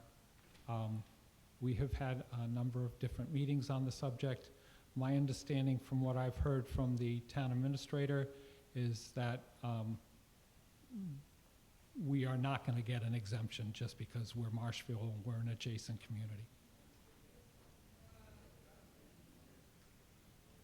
Can I ask a follow-up question? Yep. Are there any plans to follow up in that regard? Because it seems like it could be a viable solution, and it could potentially rectify this and avoid all of the issues with grants and other sort of penalties that Mr. Galvin alluded to. Mr. Guimond. I would say that that's a higher pay grade than the planner. That would be our select board and our town administrator. Thank you. Okay, this 2 more people came down to the right-hand mic. We're going to go through those 3 people, then go to a vote. So, go ahead. Peg Davis, 87 New Street. I was an alternate on the planning board for a couple of years, and I know how thoroughly Greg Guimond puts into the effort that he does to look at all aspects of the situation. I really think that he's come up with a plan that is viable, that will have the least impact upon the town, and will not change the character in any way that will be disastrous. I do feel that if we don't pass this, we will be at the mercy of the state, and we will get a solution that is much worse than what is proposed in a proactive way. We will not have a choice in what is imposed upon us, and we will lose out on things like seawalls and things that are critical to saving this town. So I would urge you to support it. I think it is the best solution that will enable us to keep the character of the town as it is. Thank you. Okay. Kerry Richardson, 115 Cross Street. I'm the acting chairperson for the Marshfield Housing Authority. We work closely with what Greg has mentioned, the Executive Office of Housing and Living Communities. In the past year, we've asked EHOLC to provide us with additional grants in the amount of over $1 million. And I don't have the exact numbers with me this evening, but it could be close to $2 million. I'm concerned that we could lose those grants. Those grants are in addition to our annual budget, which used to be known as DHCD. If we lose those grants, we put the residents of T-Rock Gardens and the residents at Grace Ryder and the residents of 13 individual family units that are here in Marshfield at risk. Those additional grants have helped us to maintain those facilities. So we need that additional funds. And the same as the gentleman who spoke about the conservation grant that they've sought for $550,000. I'm asking you to ensure that we do not lose the potential for those additional funds that are now being provided to us. The individuals living at T-Rock, individuals at Grace Ryder, and those in the family units are some of our most vulnerable citizens. Without those grants, we put them in jeopardy. So I urge you to consider this and to vote yes. Thank you. Tina Shea, 566 Careswell Street. I'd like you to please provide the law that requires this zoning. Can you rephrase that? I couldn't understand what you were asking. You said that it was a law that we have to do this. So why are we up for a vote if this is the law? Mr. Guimond. So the state law is section 18 of chapter 358 of the Acts of 2020. And it created a new section 3A to chapter 40A, which is the State Zoning Act. Thank you. So this project, you said, is zoned for families with children. This isn't a project. This is a zoning, The zoning overlay overlay over allows- 34 different parcels. Correct, but it allows for families with children. It is supposed to be family friendly, and my understanding that means what they're looking for is some of the units to have 3 bedrooms. Okay, so I'm not sure if anybody is aware of the surrounding towns that are supplying these, this housing crisis, what's happening to the children in their schools. It's all over the news. If you haven't looked, you could go to Facebook or TikTok and listen to all the school board meetings. I don't send my children to school here. I do live here. I don't get an abatement on my taxes. So I'm not sure how the people that have like high density areas with children, they're not paying more if those of us that are homeschooling are not getting anything back. There isn't even a light at Governor Winslow's school, where I live close to. And after almost being struck by a car, I was laughed at when I said that we needed a light there. So is there going to be any safer limits around the area of this project, of this overlay? Mr. Guimond, you're a little bit far afield on the scope of the article, but you can answer that question. So the developments themselves has language that they have to have sidewalks, et cetera, within their developments, connectivity. We're requiring the GATRA assistance. There is no overall plan by the town as of yet, because we do not know if this will be developed, to do anything more than the sidewalk on 139. There is a traffic signal going in at School Street, but it is not because of this project. It is being funded by the Buds, the marijuana facility from several years ago. Okay. So we have proposed safety concerns and plans for things that don't exist, but we don't have any for the schools that do exist. Is that fair to say? In a town that can't even provide clean water to its existing residents, but we want to add more. It seems like an overreach, and I don't think that anybody should vote out of fear. Okay, you're about out of time.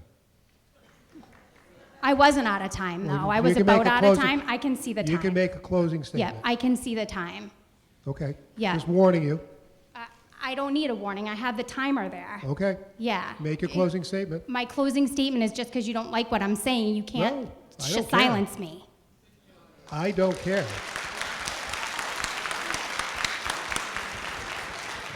Mr. Griffin, you already spoke on the article. You can only speak once. I want to make a motion to table this because till the fall, so that we can see what happens in Milton in September. As I said, you'd already spoken on it, and I can think- make a motion from my seat if I wanted to. I don't have to come to the mic. It's a motion to I've never had a motion to table. Does anybody, so I'll take a vote on your motion. So all those in favor of tabling this until a future date, raise your hand. It's a 2/3 vote. All opposed? People want to vote. Okay, so we're going to go to a standing vote. This is a majority vote. This is 2/3 majority vote. This is a majority vote.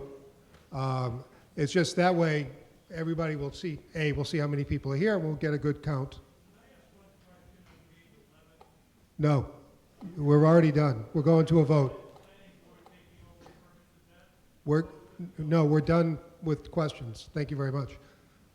So we're going to go to a vote. So all those in favor of Article 18, please rise.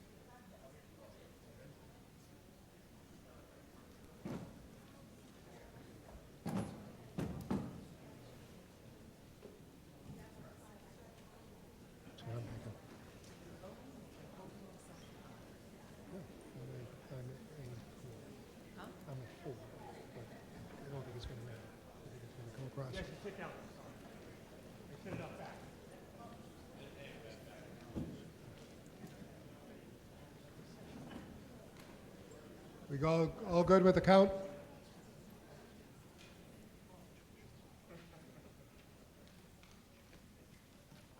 Section A. Section B. 38. Section C. 25. Section D. 25. 25, with the big voice. Section E. 25. 25. Okay, all those opposed, please rise. Oh, what? What? I only have sections A through E. Who counted you? You forgot Terry winning. And Terry, 9. I had 9. Here's, And I had 14. here's my list of counters. So there's a different list than what I had. Terry, So you didn't put yourself on the list? who are the I other, voted on. I voted on before I who are the other sections? F? It's me. Okay. I'm always a section. Okay. Okay. Norris, your count? I'm 14. 14, And Terry's 9, so that makes us and 5 Terry's already. 9.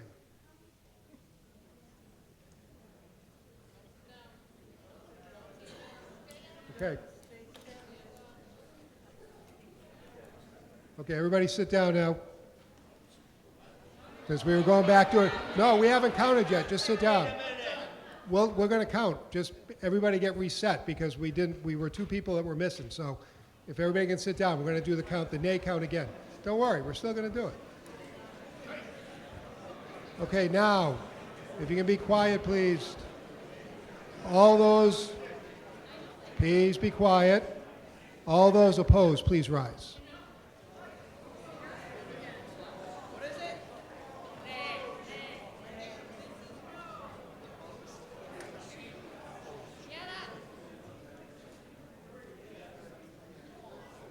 So we have 169.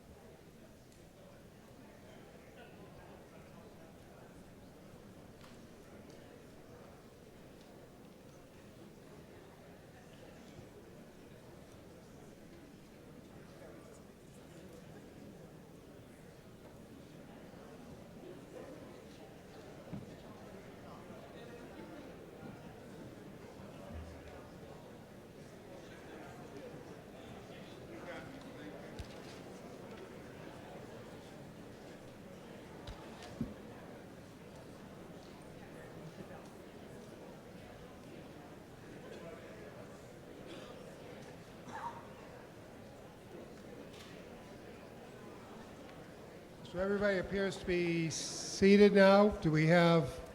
Are all the tellers set? Yes. Okay, Section A, 29. Section B, 39. Section C, 17.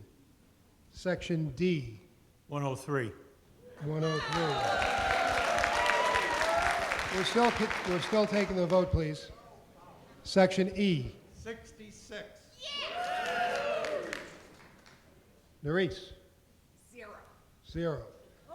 Terry Wenning. 35.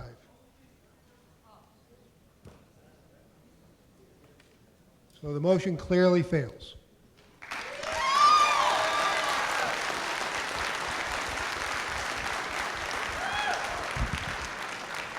Point of order. Point of order.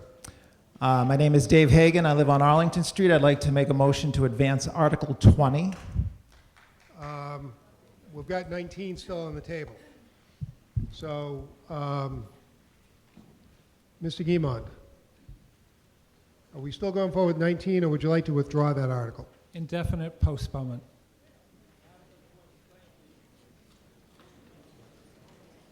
Postpone Article 19? Okay, we're going to postpone Article 19. We very rarely advance articles. This isn't something where we cherry pick them. We go to the lottery. We moved this one forward specifically because it was a big article. A lot of people were interested to be here. So my inclination is to not advance Article 20. You made the motion. I will go to town meeting. All those in favor of advancing Article 20, please raise your hand. All opposed? I declare that that fails. So we're into the lottery.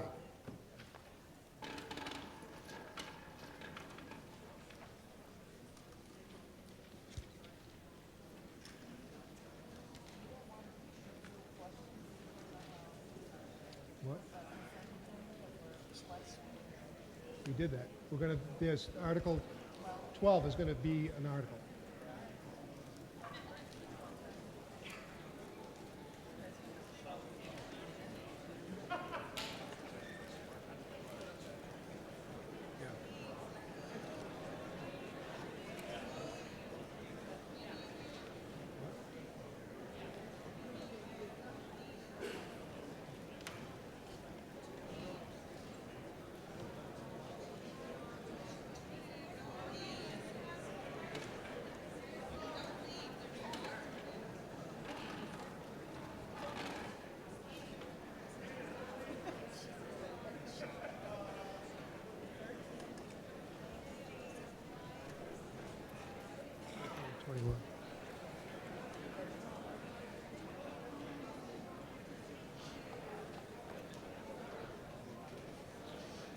Okay.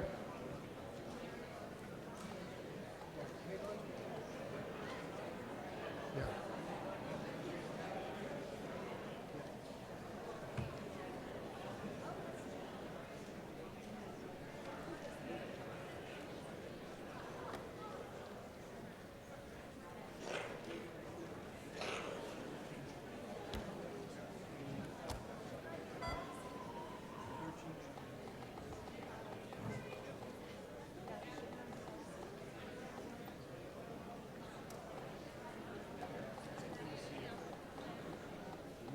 Okay, as soon as things settle down a little bit here with people leaving, we're going to go to Article 13 with Article 21 on deck. 20? Article 13 with Article 21 on deck. So, Article 13, the Board of Public Works moves that the town vote to increase the FY 2024 solid waste budget appropriation by the sum of $500,000 from, I'll do it again if you couldn't hear me. The Board of Public Works moves that the town vote to increase the FY 2024 solid waste budget appropriation by the sum of $500,000 from $5,127,998 to $5,627,998 to fund additional solid waste curbside collection expenses in the amount of $150,000 and additional disposal and transportation expenses in the amount of $350,000, and to meet this appropriation, transfer said sum from solid waste enterprise retained earnings. So this is being submitted by the Board of Public Works and being presented by the Board of Public Works. That would be you.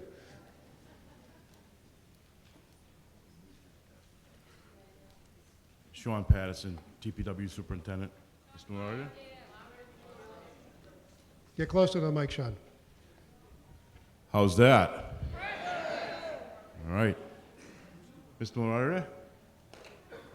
Go ahead. Thank you.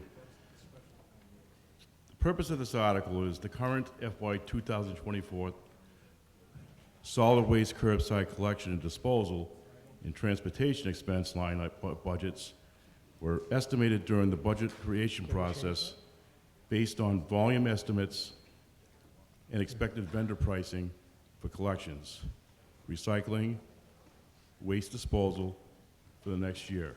I'll mention it to him.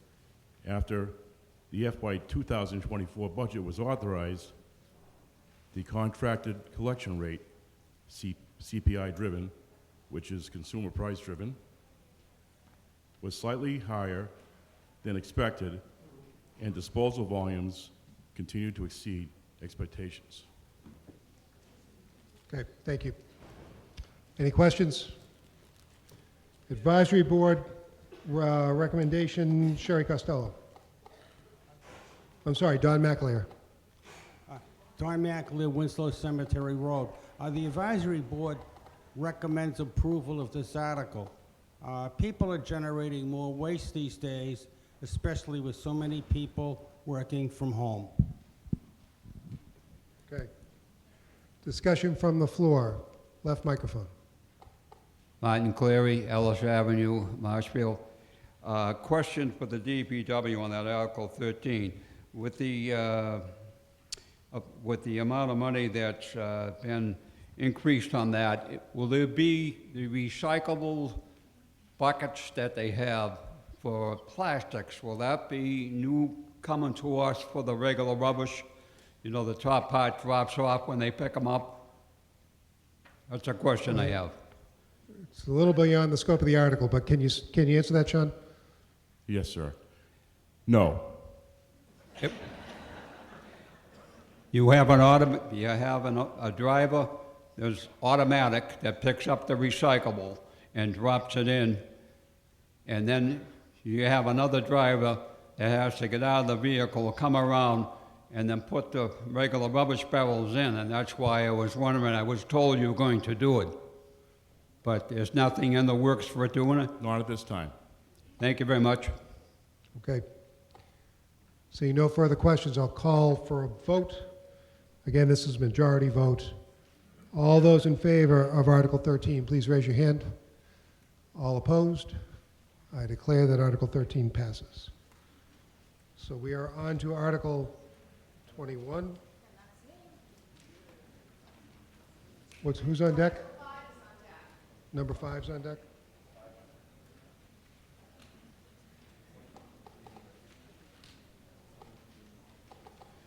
Okay, Article 21, Nerese Casper moves that the town vote to approve Article 21 as set forth in the April 22nd, 2024 special town meeting warrant.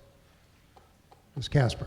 Okay, so I am here. I am your town clerk, in case you didn't know that. So, Yeah, you gotta speak up to the microphone, Nerese. really? Yes. I have to speak up? It's hard to believe, but yes. Wow. All right, I'm Nerese Casper. I am your town clerk. I'm sure y'all are shocked. My assistant town clerk, Terry Wenning, is standing in the back, and we have reorganized the office in that Terry is now the assistant town clerk. That deserves a round of applause, even though our moderator hates that. However, I need to reorganize my office, and the need to reorganize my office is because we are just overwhelmed. And I am fully a year behind in some of the things that I need to report to the state. And we just do not have the staff to do it. We do the elections, we do dog licensing, we do births, deaths, marriages, we do so many things, I can't even list them all. And my problem is not that we don't enjoy doing them, it's not that we don't do them fast, it's that we do them nonstop from the time we walk in the office until the time we walk out. We have tried staggering our schedules so that I come in late, Terry comes in early. We have tried pretty much everything, and it's just too much work for 2 people.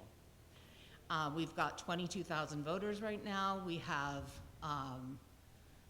almost 40,000 people in the summer, and we service another 1,500 people every year through births, deaths, and marriages.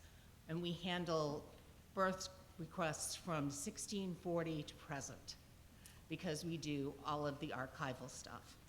So it's just, it never ends. So what I need from you all is I need you to buy me another person. And I figure it will cost $63,000. And the way that we're going to pay for this is because we're going to assign this person to do our census. And to do our census, for every single person we add to our census, the state and federal government will give us an extra $2,500. So if we count all of the people in our apartments and all of the people that we haven't been counting all of these years, we should be able to pay for this person and then some easily. But I need you all to help me convince our town administrator and our select board that this is a good way to spend our money. And I haven't had any luck doing that in 8 years. So your help would be greatly appreciated. Thank you very much. Have a good night.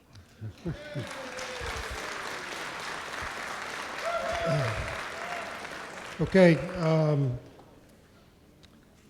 this is Mr. Polanski from the advisory board on the advisory board's position. Keith Polanski Advisory Board, we recommend disapproval. At the current time, we don't have any money to fund this position, and hopefully she can take it up in the next budget cycle. Okay, I want to make one comment before we get into a discussion of this article. And there are 4 citizens petition articles that are out and about in this town meeting and in the annual town meeting.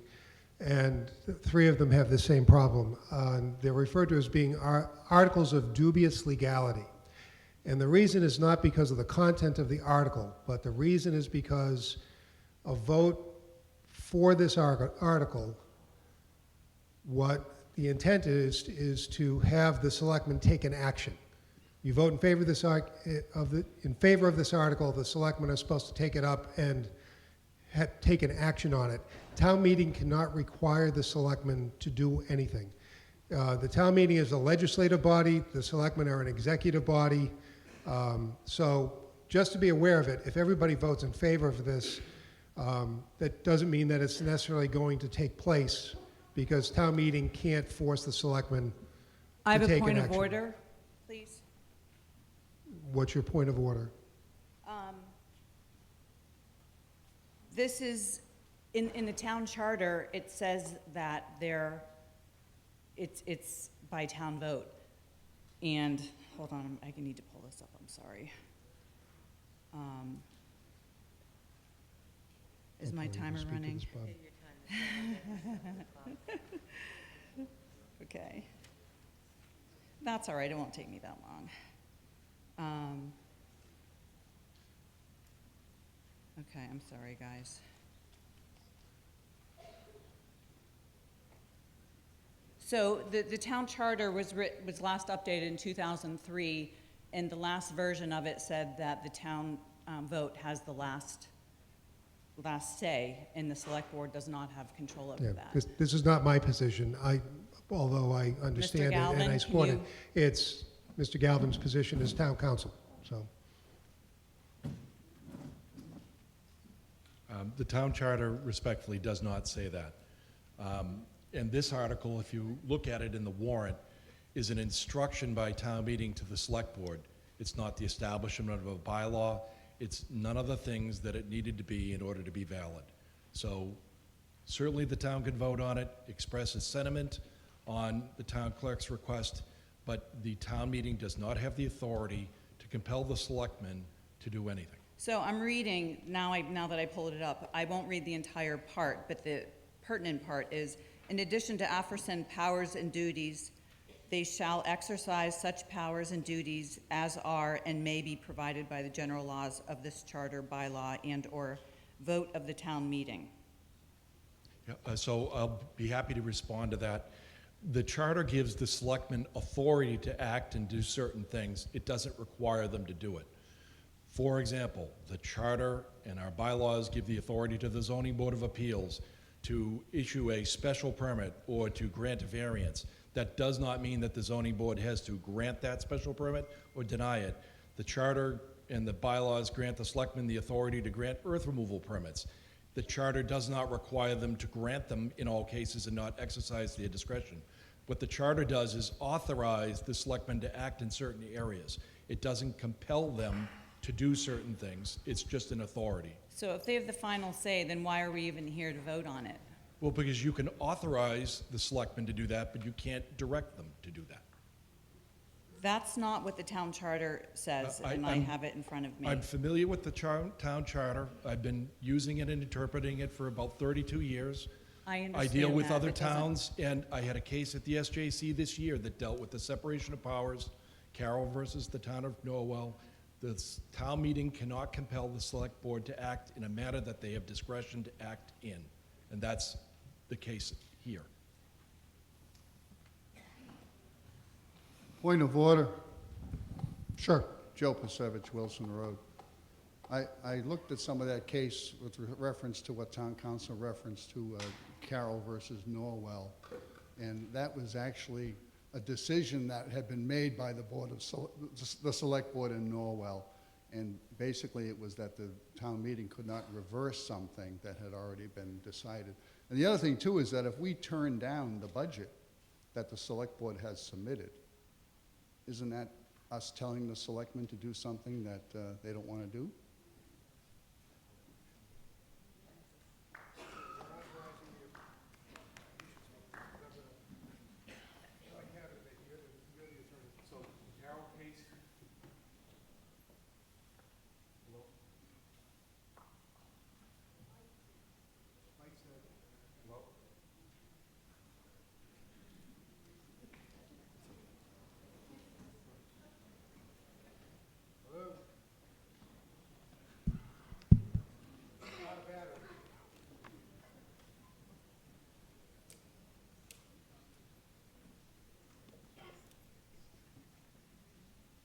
Hello? Okay. So what you're doing here when you hopefully pass the budget article is you're authorizing the town to spend that money. You're not directing them to do that, you're authorizing them. They're asking you, the town voters, to approve a budget that they've asked you to approve. And one would expect if they ask for it, they intend to spend the money that way. The Carroll versus Norwell case was not what you said it was. It was an effort by town meeting to direct the selectmen to transfer land to the Conservation Commission so that it wouldn't be developed as affordable housing. It's the same principle of law that applies here. You can authorize, but you cannot direct. I don't agree, but I'll let it go with that. Okay. This one working? There we go. So, I mention that because it's one of those things, I just wanted people to be aware of it. It doesn't, that's no comment on the quality of the article or the validity of the article or anything else. So discussion from the floor, right microphone. Hi, my name is Madeline Daly, 5 MacArthur Lane. I'm here in favor of having the additional help in the town clerk's office. People go there for items, they have to wait days, they see things being photocopied. I do need to ask that in early 2020, the state ruled that everything be converted digitally. Are we even there yet? Are we digital in the town of Marshfield for required documents?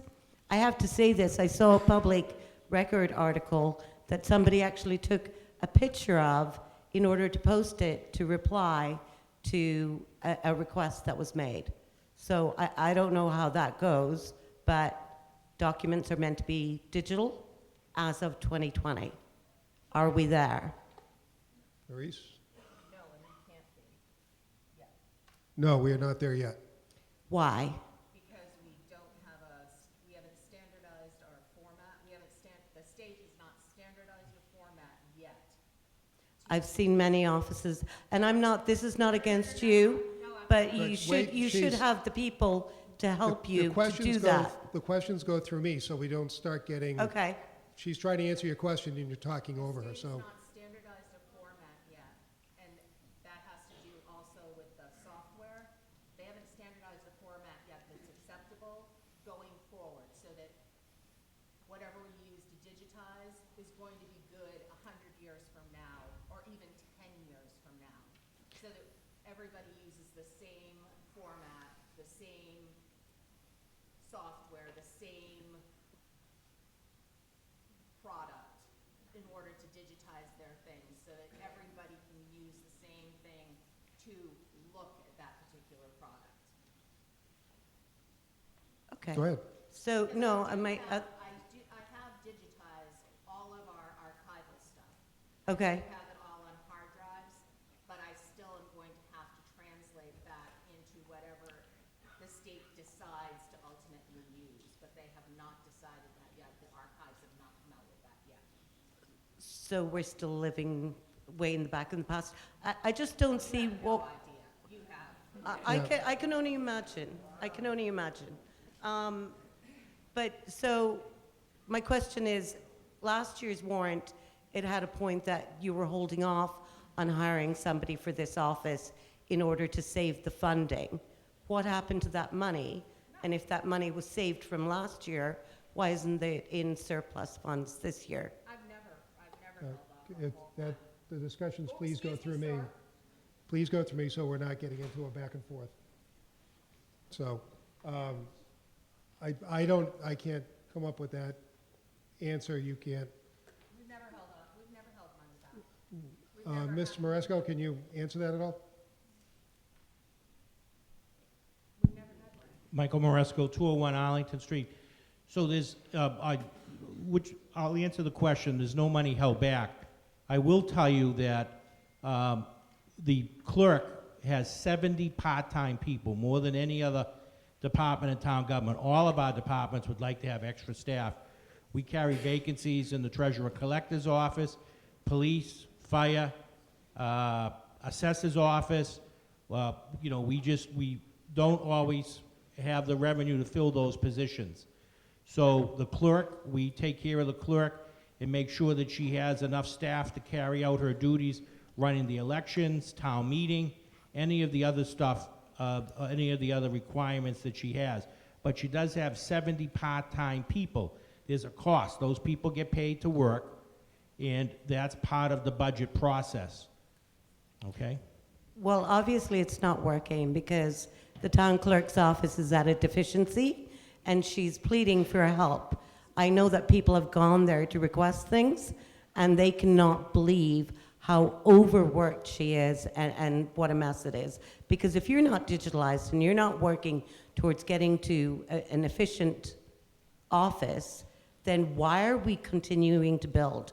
Why are we bringing in more people if we can't provide for what we have right now? And right now, that town clerk's office needs additional help, and you should be looking at some form of digitalization instead of somebody taking a picture of a document and then posting it, because that document is then on their phone, which is severely incompliant. Okay, thank you. Left microphone. Steve Lynch, 50 Central Street. So the 70 employees at the town clerk's office work elections. So come on, they're part-time employees. And certainly, Mr. Galvin would have to agree that if the select board would like to take the advice of town meeting and give one of the hardest workers in this town who barely makes a living wage when we have other people making ridiculous amount of money, I think the Board of Selectmen could do that. So I would like to poll the Board of Selectmen and see who's in favor of giving. I'm not doing that. What's that? I'm not doing that, thank you. Well, you don't want to ask the Board of Selectmen what No, their you can position ask- is? You can ask them on their own, I'm not doing it in town meeting. It's beyond the scope of the article, that's not what we're talking about, so no. We're talking about voting in this position, and is the Board of Selectmen going to allow it? You can vote it in, I am not going to do that with the Board of Selectmen, so. Well, okay. You're welcome to support the article, I'm just saying that it's not something I'm going to do. I am going to support the article. Okay. Yes, you may. I don't have a microphone, so just listen. I did not bring this. No. Pay attention. I did not bring this. Damn it. I did not bring this to your attention to embarrass anyone. I only had 48 hours to bring this to town meeting because that was when I got an answer from the town administrator on whether we would be able to come to an agreement on this. So my timing on this was extremely short, and I needed to get 100 signatures, so I basically ripped off the petition. It was poorly worded, and I have no intention of embarrassing these people, okay? My point is that I need help in my office. I do not have 70 people helping me in my office. I have 100 people helping me in elections. They are magnificent. Without them, I could not do what I do. We sent out 3,200 ballots. They stuffed those ballots, they put stickers on those ballots, and we got them out to everybody in a miraculous amount of time, considering we had done just the same thing only a month ahead of time. So I can't say enough about those people. And they're senior tax relief workers. They make $15 an hour, and they do anything I ask them to do, and they deserve my thanks and your thanks, and a lot of them are here in the audience tonight, and I would like to give them a round of applause.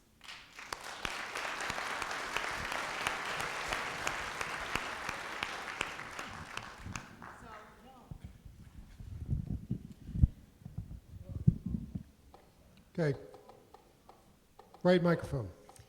Yana Lambert, 25 Liberty Road, and just not to belabor the point, but the 70, that was a little disingenuous because that sounds like, 70 part-time workers who work two times a year during elections, possibly 3 if you include the town election. That's neither here nor there. We have a town hall that is being remade in the image of Beacon Hill to the tune of hundreds of thousands of dollars. I believe our town clerk needs help, paid help, more than we need Beacon Hill in Marshfield. I rest my case. Okay. Left microphone. Again, please, with the applause, please. It just delays things for no good reason. Left microphone. I have a suggestion. Maybe you should Name get... and address, John. Oh, I know who you are, but everybody else wants to know. oh, the name, sorry. John Kramer, 22 Rayfield Road. I have a suggestion in mind. If we can't hire any more people, why don't we have more people volunteer who will work for nothing in the clerk's office, train them and that they could be helpful for no pay. Recruit those people too. That's a good suggestion. Thank you. Thank you. Right microphone, and then we'll go to a vote. Joe Pasevich, Wilson Road. Yeah, I take some exception, too, to the disingenuous comments we heard from the front dais about the 70 workers. And I also take some umbrage at the idea that they make, or that person or we, whoever we is, make sure that the clerk has enough people. I mean, the clerk is now reporting directly the situation. Isn't it time we should be listening to the clerk directly rather than relying on someone who claims to be making sure? How are they making sure the clerk has enough people? But I also want to ask Mr. Moderator, it's kind of a procedural thing. How is this going to affect the budget vote in the annual town meeting? Because right now it's $208,000. It won't. It's $208,000 on the table for the proposed budget in the budget article. How is that going to, do we have to amend that at annual town meeting? Will that have to happen? And my time is running when I'm not talking, by the way. Right. I mean, you don't affect this article. I mean, the budget, which has not come yet, doesn't impact this article. When you get to the article, the budget article in town meeting, when you get into the annual town meeting budget article, can you amend the amount that's in there? But yeah, all of those numbers are in the budget, could be amended. It's a matter of the budget is put together carefully, and whether there's any altering one item may or may not. It's like the butterfly effect. Does it affect anything else that happens? But hypothetically, you could amend the budget when it comes up to increase that amount. Well, then we're gonna want to know what number to amend it, and maybe somebody will provide that number. If this article passes, we're gonna have to amend that number, correct? If this article passes, no, because that was the original discussion, is it will be up to the Board of Selectmen on whether they want to pick this article up and discuss it and take an action. Town meeting cannot compel the Board of Selectmen to do anything. And that's kind of the legality of it. That's where I disagree. This is an independent department of the town, elected separately, not directly under the control of the select board. One criticism I have to have, though, and maybe the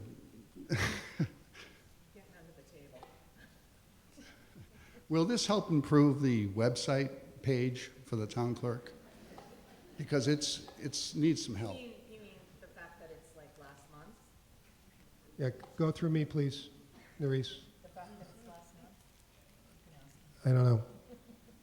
I mean, you can have a discussion, it just needs to go through me so we don't get off. But I don't understand what the question is or what your response is. He wanted to know if I was going to improve my web page, but we don't have a webmaster, and I can't get my balances stay Okay. horizontal. Nerese says there's not a webmaster and there's no way to get the balance to stay horizontal. Yeah, it's just. Okay. How that translates, I have no idea. I'm just repeating what she said. I'd like to reclaim a little bit of time because I've lost at least 20 seconds with the cost. Now, the other thing, do you have a place for these extra workers if they're going to be in there full time? One. Because I've noticed with the millions of dollars of work, not hundreds of thousands of dollars of work that has gone on at Town Hall, some sections and departments have gotten lots of luxury and leg room and extra office space.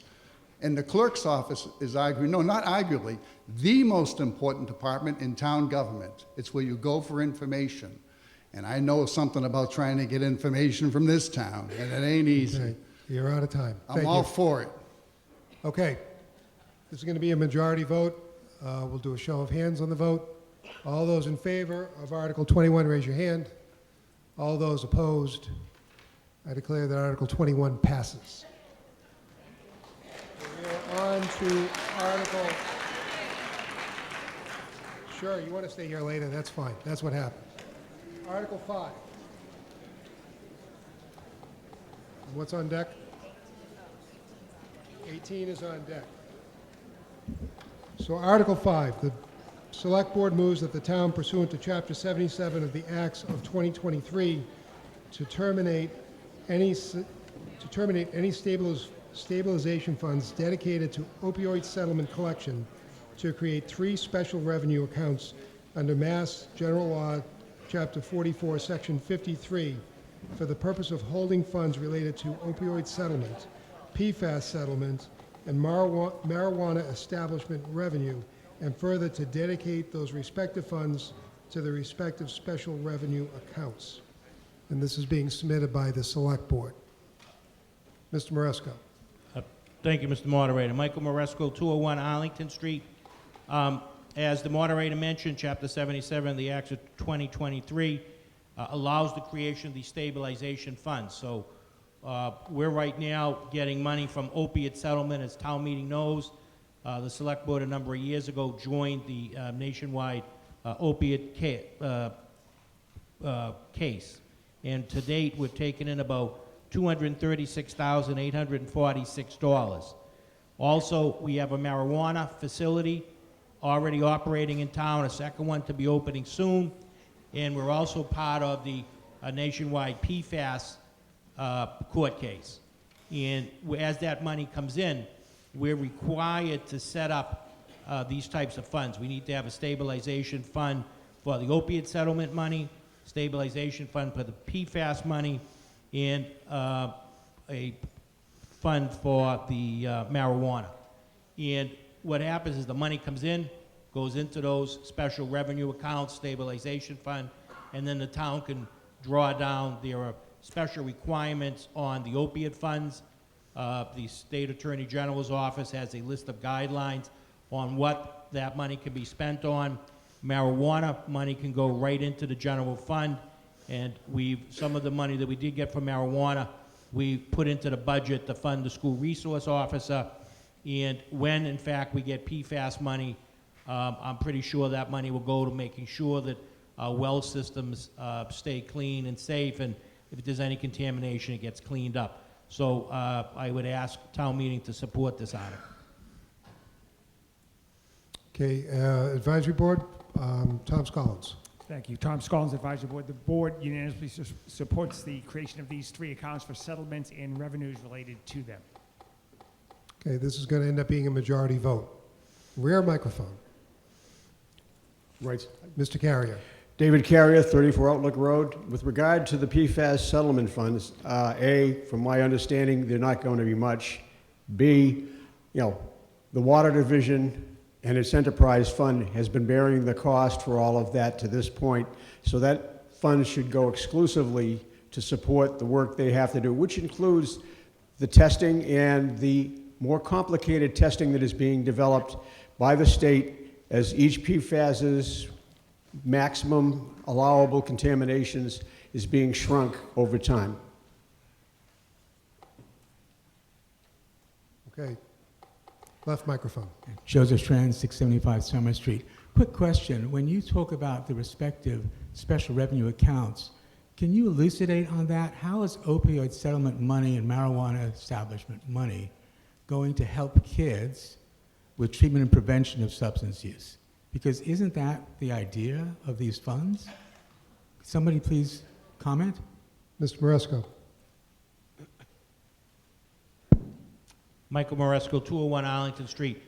Yes, that is, the opiate funds would be used for a number, I don't have the AG's guidelines in front of me right now, but drug prevention, education programs in schools, even funding things like Drug Story Theater, I believe, but I'm not 100% sure.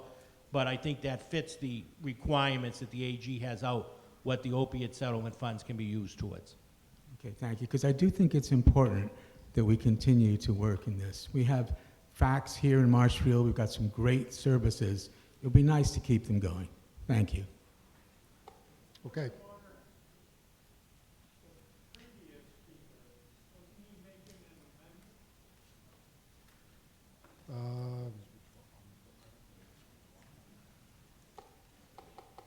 On the article that was withdrawn, I mean, Mr. Carrier, were you making an amendment on this article? Did I miss that? Pardon me? I was making a statement. Okay, thank you. Just making a statement.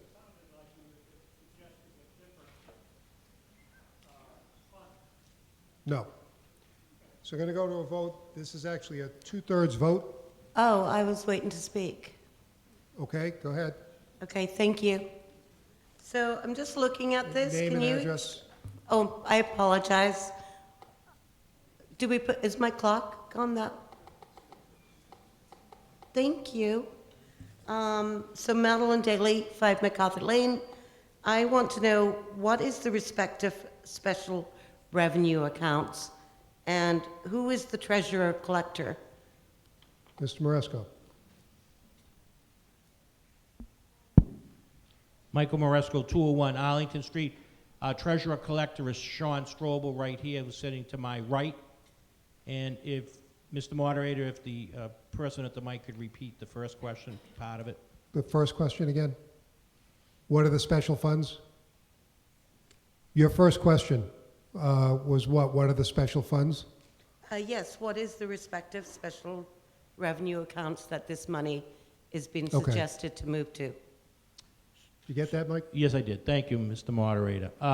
So it's going in, so depending on the money, so if it's opiate funds, it will go into the opiate stabilization fund. If it's marijuana money, it goes into the marijuana stabilization fund. And if it's PFAS, it goes into the PFAS stabilization funds. Those are also referred to as special revenue accounts. So those are the holdings. So money comes into the town. If it's one of those three categories, it will go into the respective accounts. And then, depending on the guidelines of how that money gets spent, and I had mentioned for a previous speaker, opiate, there's a number of categories of how you can spend that money. And those are outlined by some guidance documents from the State Attorney General's office.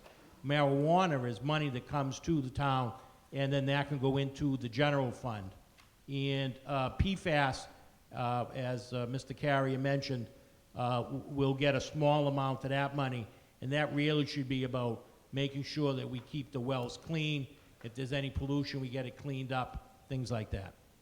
Why isn't there current funding to accommodate that right now? Mr. Moresco?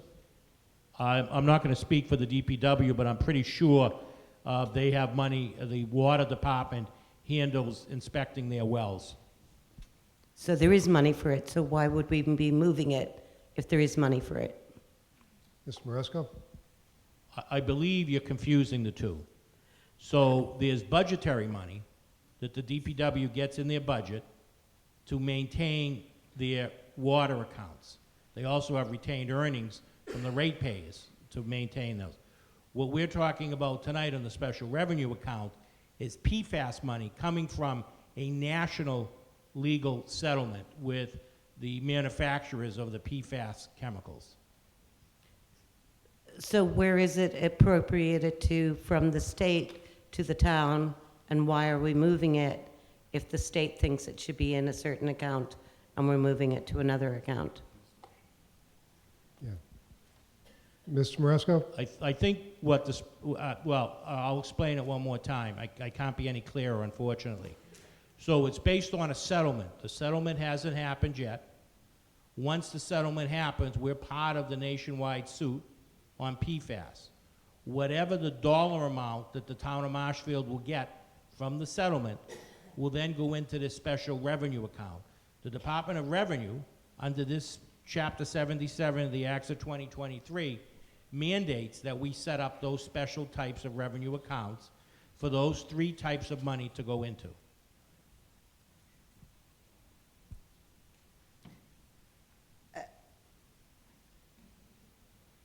It's just not clear. I mean, it looks like we're getting it in, and it's been sent into one fund, and we're just voting on moving it to a different fund. Yeah.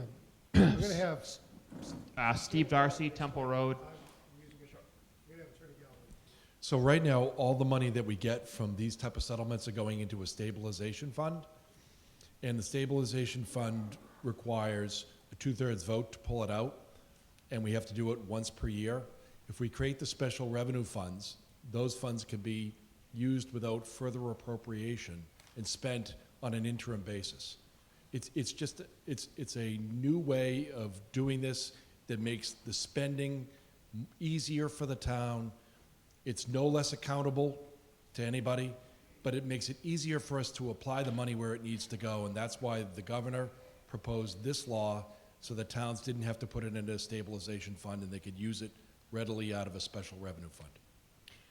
So if it goes into the stabilization fund, there's more requirements on spending it. Would that be correct? It's a 2/3 vote. I'm not asking about the vote. I'm to just spend- asking. To spend out of stabilization requires a 2/3 vote. Okay. Okay. So it I makes think- it easier to spend the money by doing it this way. Easier for who? For the town to spend the money that comes in from the settlements. For the town, or to be chosen randomly on what is needed to be spent by the town? I mean, isn't it meant to be going for If you drug put- rehabilitation, et cetera? If you put money in a stabilization fund, we can spend that after 2/3 of the town meeting voters authorize it to be spent. And to the point Dr. Schrand was making, if we wait and we only spend this once a year, we're not getting it to the people that need it. The money can only be spent on certain things that the special revenue fund allows it to be spent on, and there are DOR guidelines that tell us what it may be spent for, but it doesn't require a reappropriation in order to spend the money, and we can use the money more readily. But it's not spent arbitrarily. It can only be spent on certain things in accordance with those state guidelines. Okay, so then if we move it into the special revenue funds, then who decides on how it gets spent? There are state guidelines.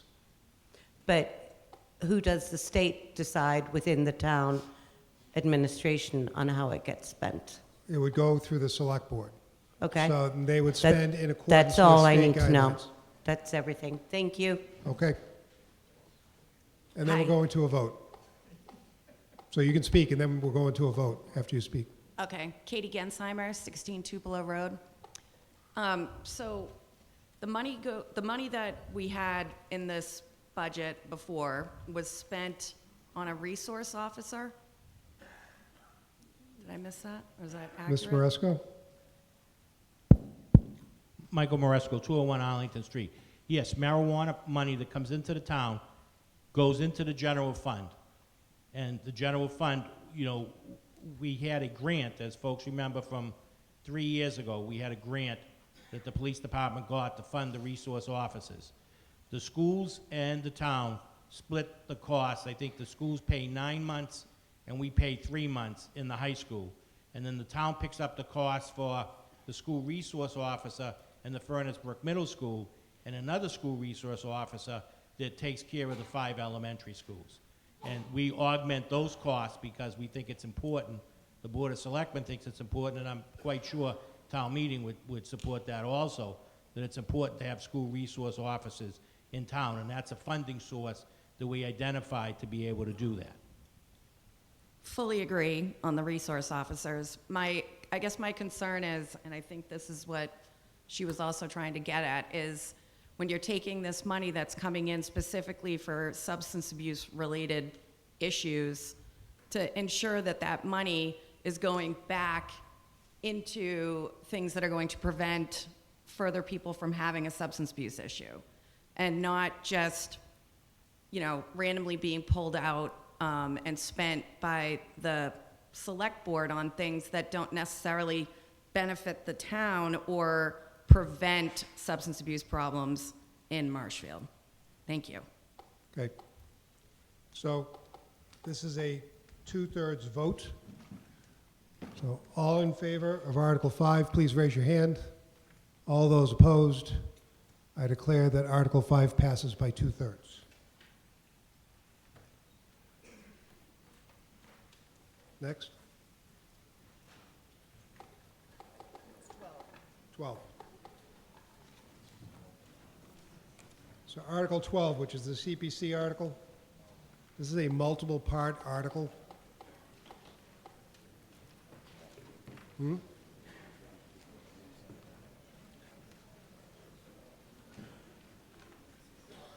Okay. Article 12.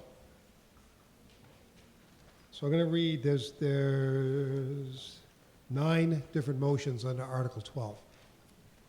So motion number 1, the Community Preservation Committee moves pursuant to Chapter 44B of Massachusetts General Laws that the town vote to appropriate the sum of $669,700 to fund the preservation and rehabilitation of the Ridge Road boat ramp as described in Article 12, Item 1 of the April 22, 2024 special town meeting warrant, and to meet this appropriation, said sum from CPC undesignated reserve funds and said funds being expended under the direction of the Harbor Master.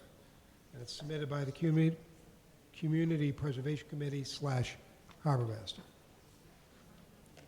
Mr. Cantwell. Thank you, Mr. Moderator. Kevin Cantwell, 20 George Street, Chairman of the Community Preservation Committee. We do have the presenters here for specific articles if you'd like more discussion on these. Is that how we're going to go through it, Jim? And Mr. DeMayo is here. If there are questions, you can present this. Any questions on motion number 1? Get to the microphone, please. You need to go to the microphone. Yes. Joe Pasevich, Wilson Road. Go ahead. I didn't see you there. Sorry about that. It's kind of a general question. It's listed under fund category of open space recreation. And maybe you can get a general answer if there are any attempts to acquire open space, and why not on this particular article? What? I didn't understand your question. I'm sorry. Why, are there any attempts to acquire open space this year? And if there aren't, why aren't there not? Why are there no attempts to acquire open space? If you want to, Kevin can answer that as a. I mean, it's really not. It's pertinent to the whole. I can answer that.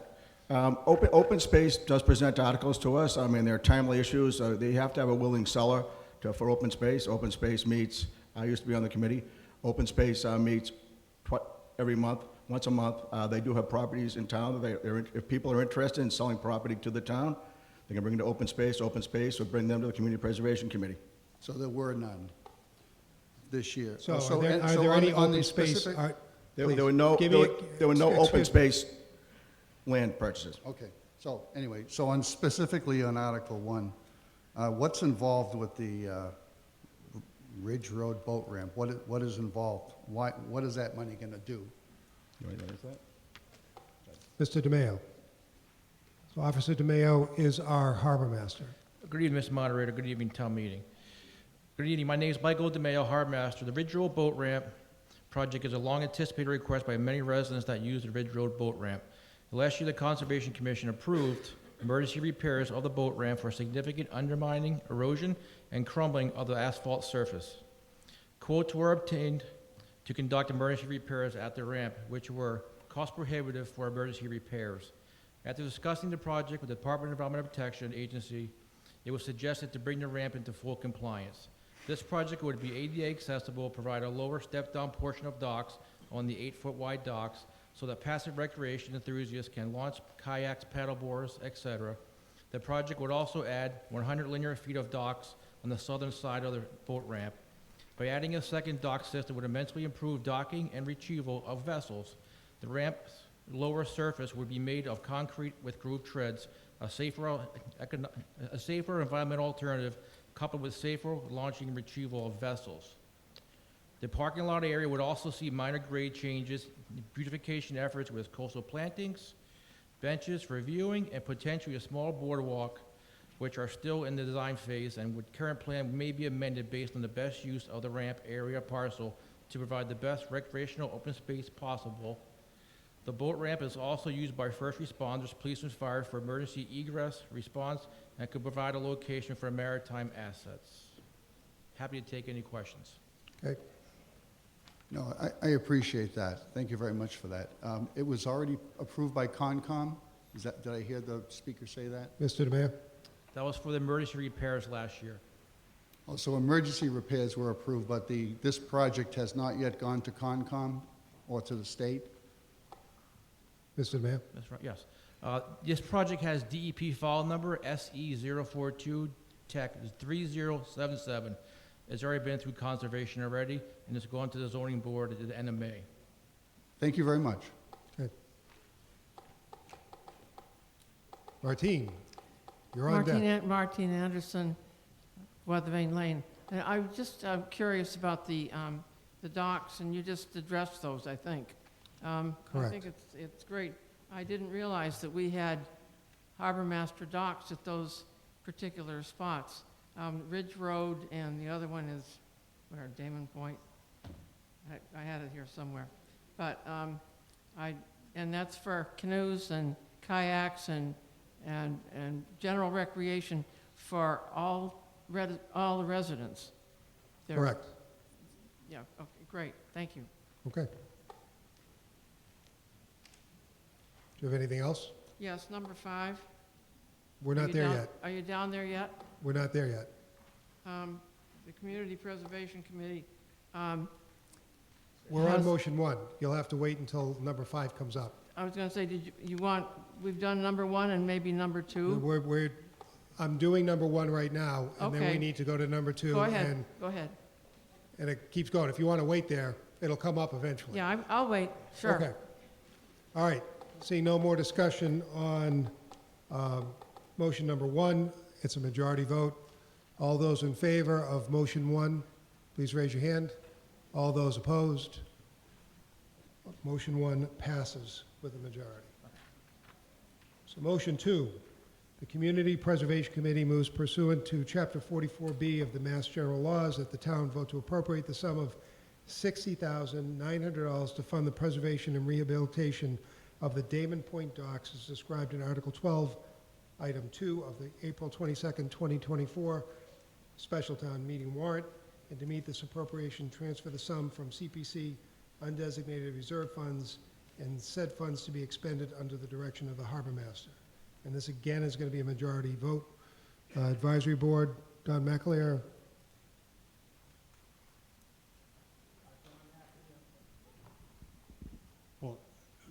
Okay, Don McAleer, Advisory Board. We recommend approval of this. Again, having seen the condition of the current docks, it's obvious that this money is being well spent. And on item 1, we went down and looked at the condition, which you've passed, of the boat ramp, and it was obvious that it needed to be upgraded. And the other proposed improvements make this more user-friendly and safe for the residents of the town with increased public action. And congratulations to Mr. DeMayo for what he does for the town. Any questions on motion 2? No. Okay, going to go to a vote. Again, this is a majority vote. All in favor of motion 2, please raise your hand. All opposed? I declare that that passes.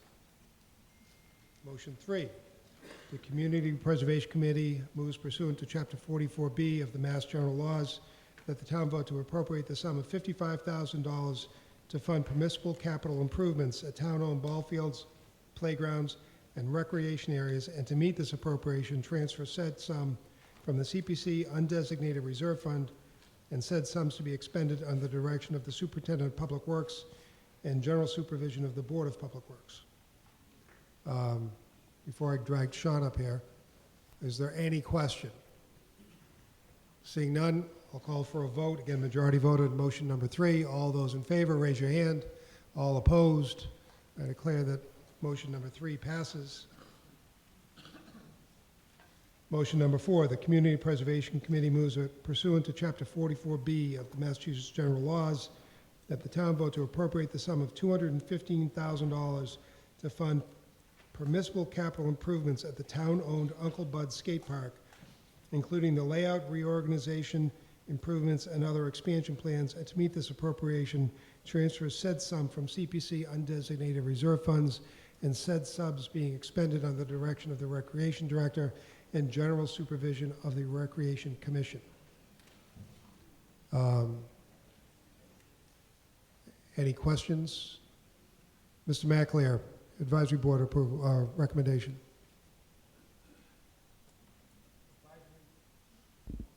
The advisory board does recommend approval of this item.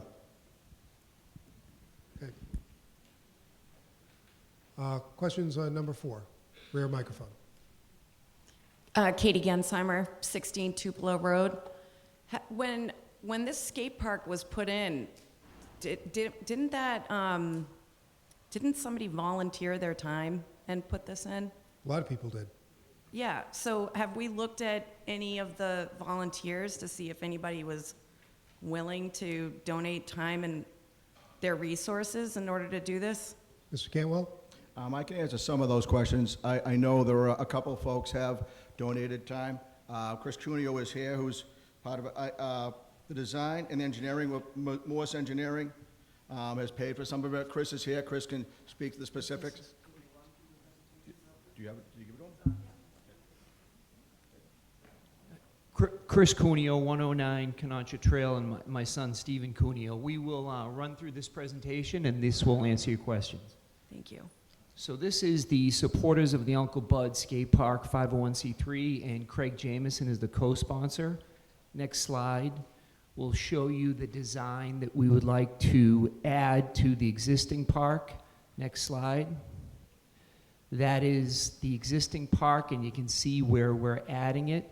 And my son will explain why we're doing it and the 3 significant donations that we've gotten. Hello, I'm just going to take 90 seconds of your time here. The Marshfield Skate Park was replaced in 2016. Replacement has been a success by all reports. It is very popular, it is well built, and it is an asset to the community and downtown.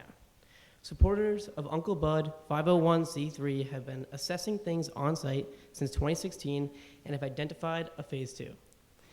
Phase 2 will be located on the northern end of the site and runs full length of the site from east to west. We look to improve the barrier between the parking lot and the park by replacing the existing wall with a fixed skatable structure. The addition improves safety within the park by adding 2 more zones to disperse users over the site. It also adds a beginner area and more flat space for learning, parents, and young kids. In addition, it covers high traffic areas that are eroding into the park. Supporters have paid for the design, $3,500, and had the engineering, another $10,000 by Morse Engineering, and site management, $10,000 donated by Vertex. The project will be put out to bid and will break ground ASAP. Thank you, Marshfield. That answer your questions? Okay, great. Nicely done. So, again, this is going to be a majority vote. All those in favor of motion 4 for the skate park, raise your hand. All those opposed, declare that that passes.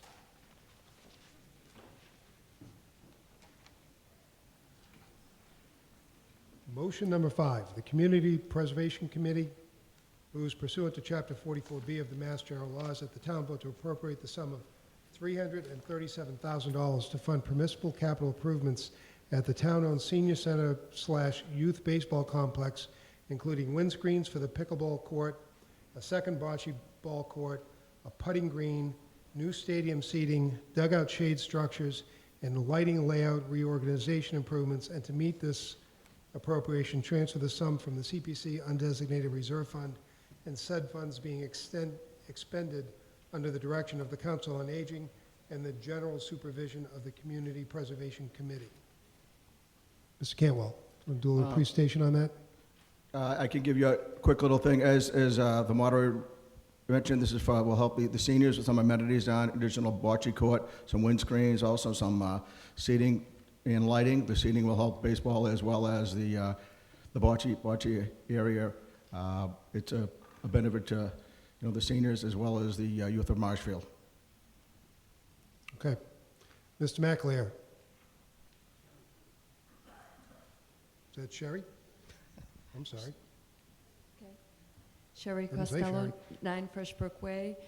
The advisory board approves this article as written, and we believe that, these improvements will give people more access to these recreational facilities, and to the seniors, they will have access, with the new lighting, et cetera. They'll be able to, play at the pickleball courts.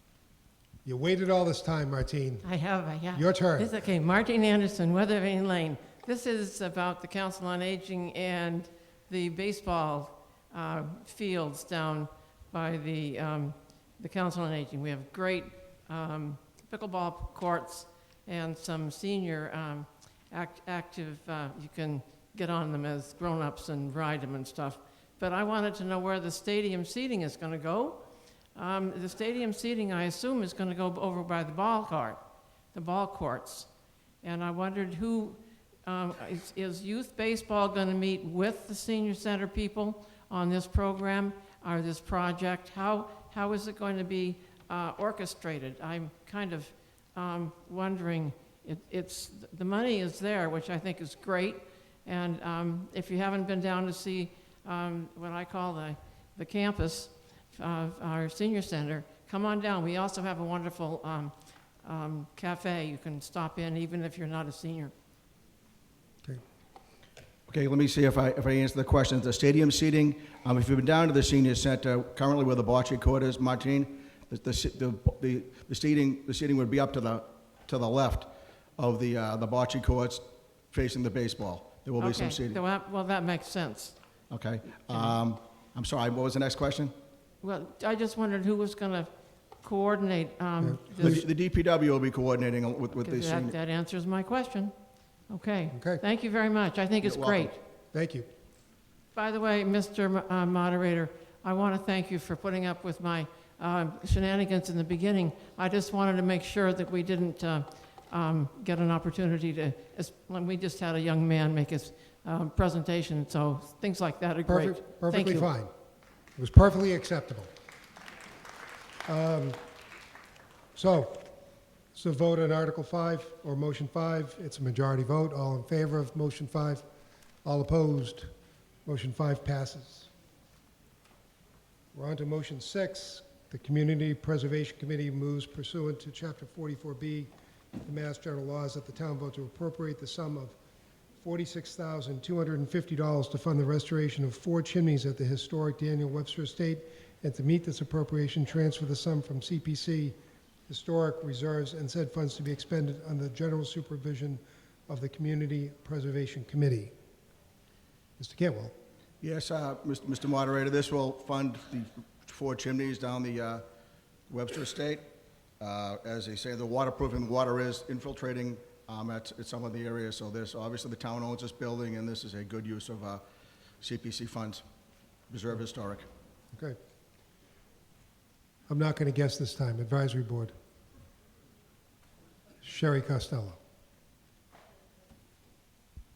Sherry Costello, 9 Freshbrook Way. The advisory board recommends approval of this article as written. The chimneys are all failing, and, this will pay for the waterproofing and repointing of the 4 chimneys. Okay. Discussion from the floor. Seeing none, I'll call for a vote on Motion 6. It's a majority vote. All those in favor of Motion 6, please raise your hand. All those opposed? Motion 6 passes.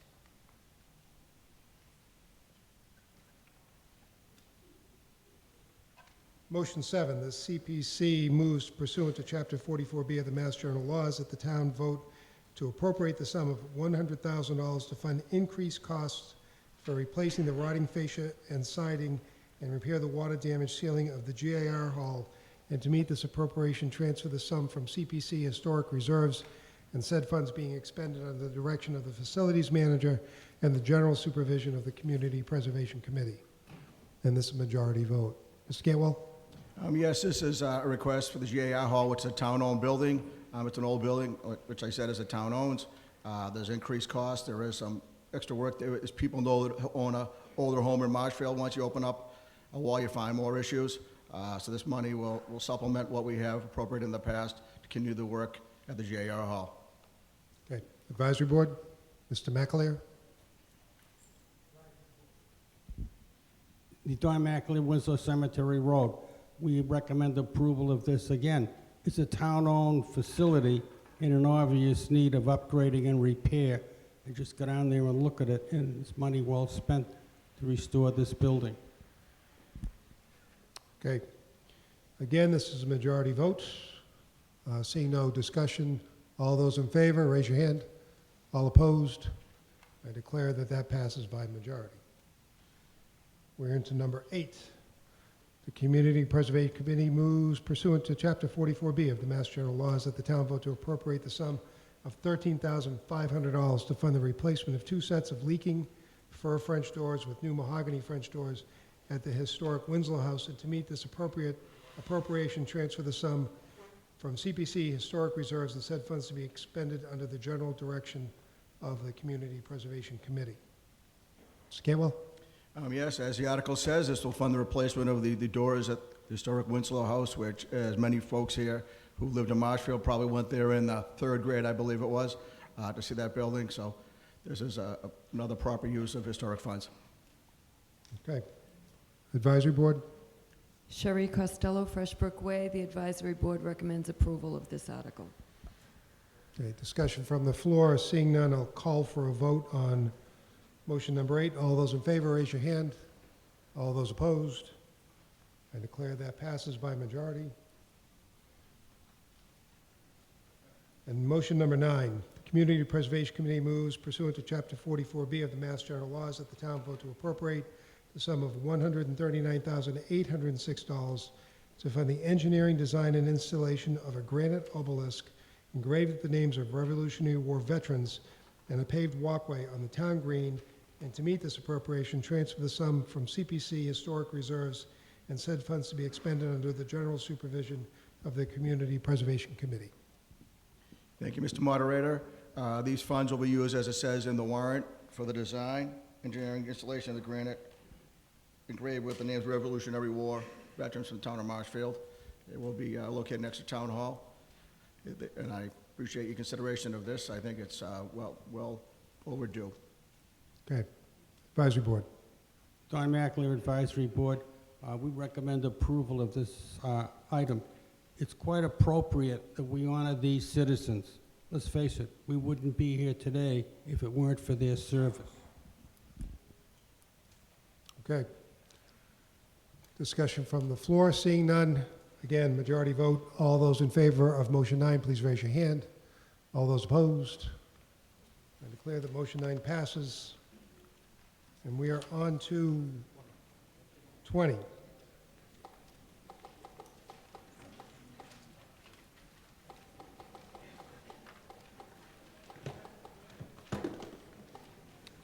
Okay, this is a citizen's petition. Diane Jordan moves the town vote to approve Article 20 as set forth in the April 22nd, 24 special town meeting warrant. So Ms. Jordan, the floor is yours.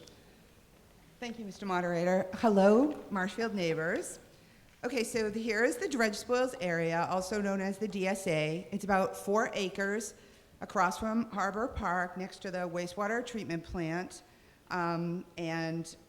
Historically, the town disposed of dredge spoils here.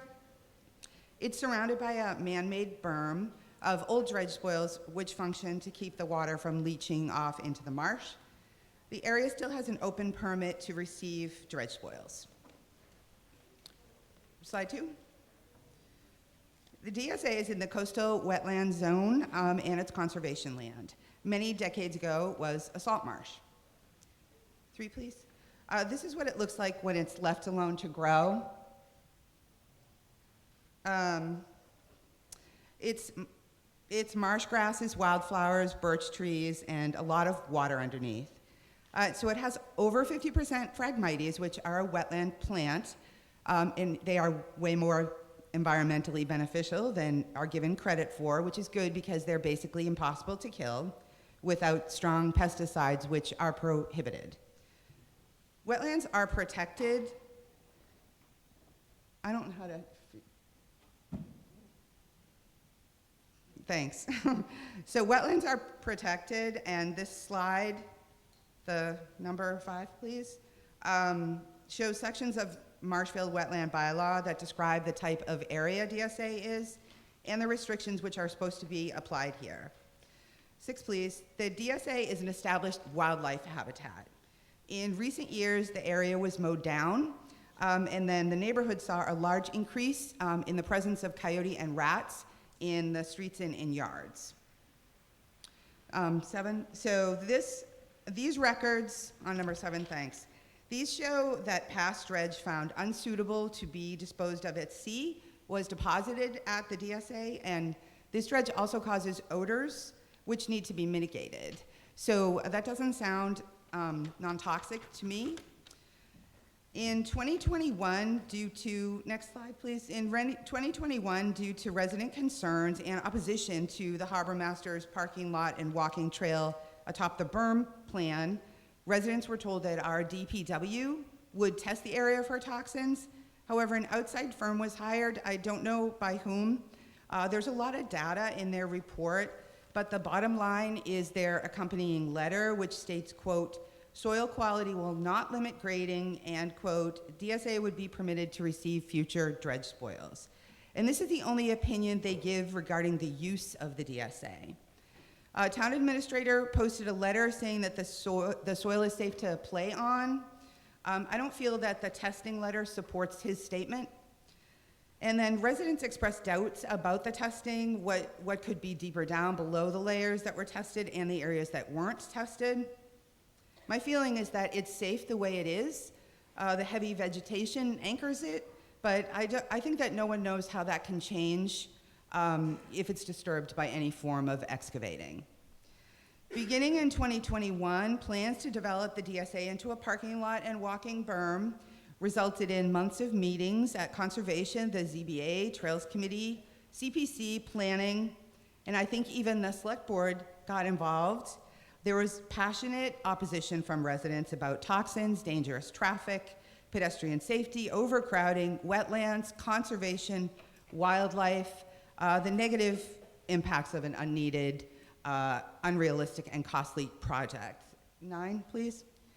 The ZBA and Trails Committee did not approve the plans, but the walking berm part of the plan was on the fall 2022 town meeting. It was such a controversy that the Patriot Ledger came. When residents voted no, applause broke out, yet the proponent of the plan still insisted at town meeting and in the Ledger article that he could do it anyway. 10. The state says maybe the town can repurpose this area into a beneficial use, and these uses include parking lot, ball field, playground, and park.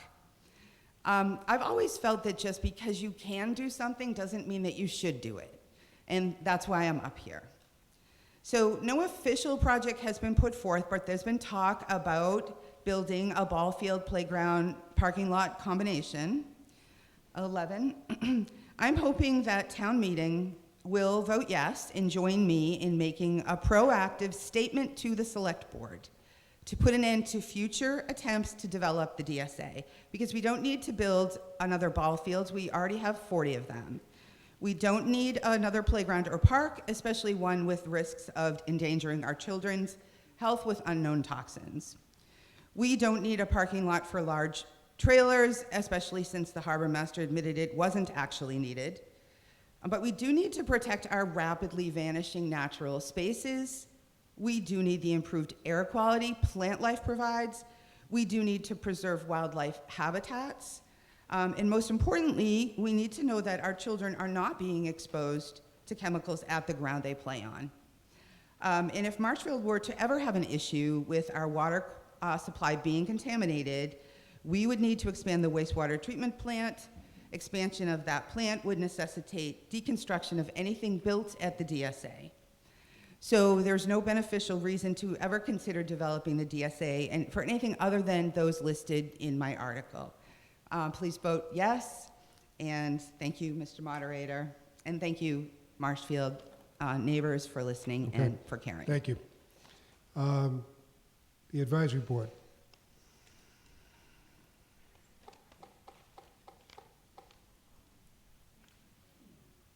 75 Canal Street.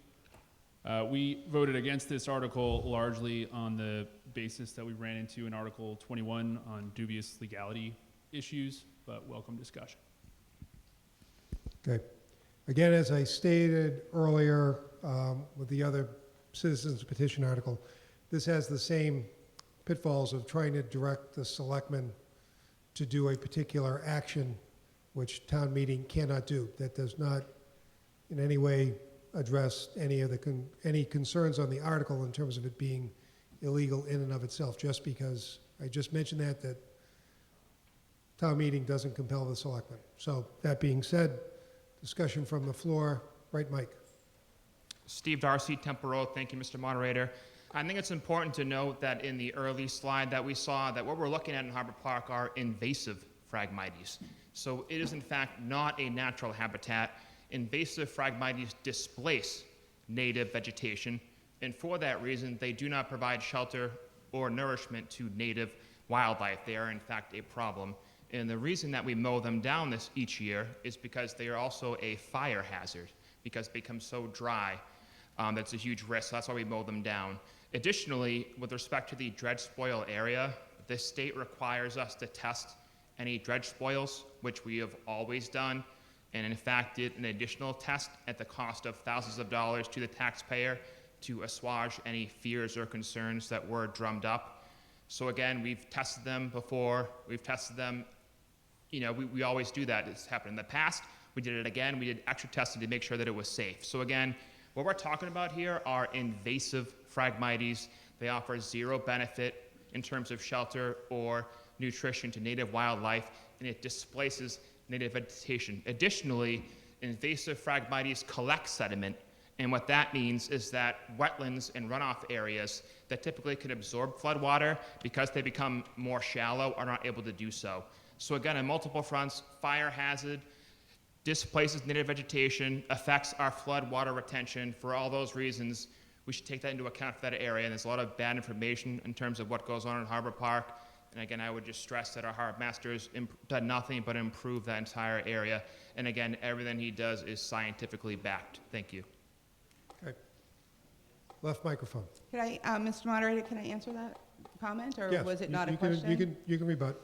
So I put together a report that for Conservation Commission, I think it was in 2022, about the practice of cutting down the Phragmites. The town is actually, when they do cut them down, they're going against the recommendations on the Conservation Commission website. Phragmites are an invasive species, but they invade areas where native plant life has been disturbed. That's why they come in. So Phragmites came into this area because of dredge spoils being deposited there and disturbing the native plant life. They do take up into their roots more nitrogen and carbon than any other grasses, and it's held in the roots. So it's not released into groundwater. So they are actually more environmentally friendly in that way. There are a lot of animals and birds that do rely on, specifically on Phragmites for food, and those are actually the ones that I did post on the slide. I don't know if you can go back to slide, the slide with all the animals on it. So I have done a lot of research on this. I mean, I can't stand up here and speak about it, forever, but the area is not completely Phragmites. There's a lot of native plant growth there, but every time it's cut down, the Phragmites increase because they're being mismanaged. When those plants are cut, they will drop seeds which will regrow, and if the plant is dead and the seeds are dried, they will still drop seeds which will regrow. There's a very specific way that cut plants are supposed to be disposed of so that they don't spread, and that's not happening. They are absolutely not supposed to be cut and left there. It increases, it's like basically mulching the area to increase growth, the way that it's been done. So, and then as far as the testing, there were, the borings were done. There was 3 borings done between 0 and 3 feet, and then 5 to 10 feet. So 2 feet were skipped for some reason, and that was done in 9 locations, and then there was 3 other locations on top of the berm, which were just hand scooped.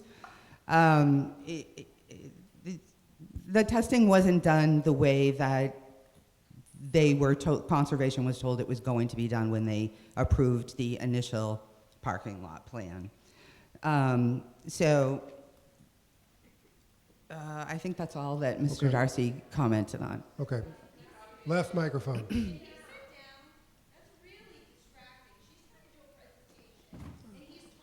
Okay. He's down now. Left microphone. Eric Murphy, Ocean Street. I've been in Brant Rock for 50 years. We can go back 50 years to the dredge spoils.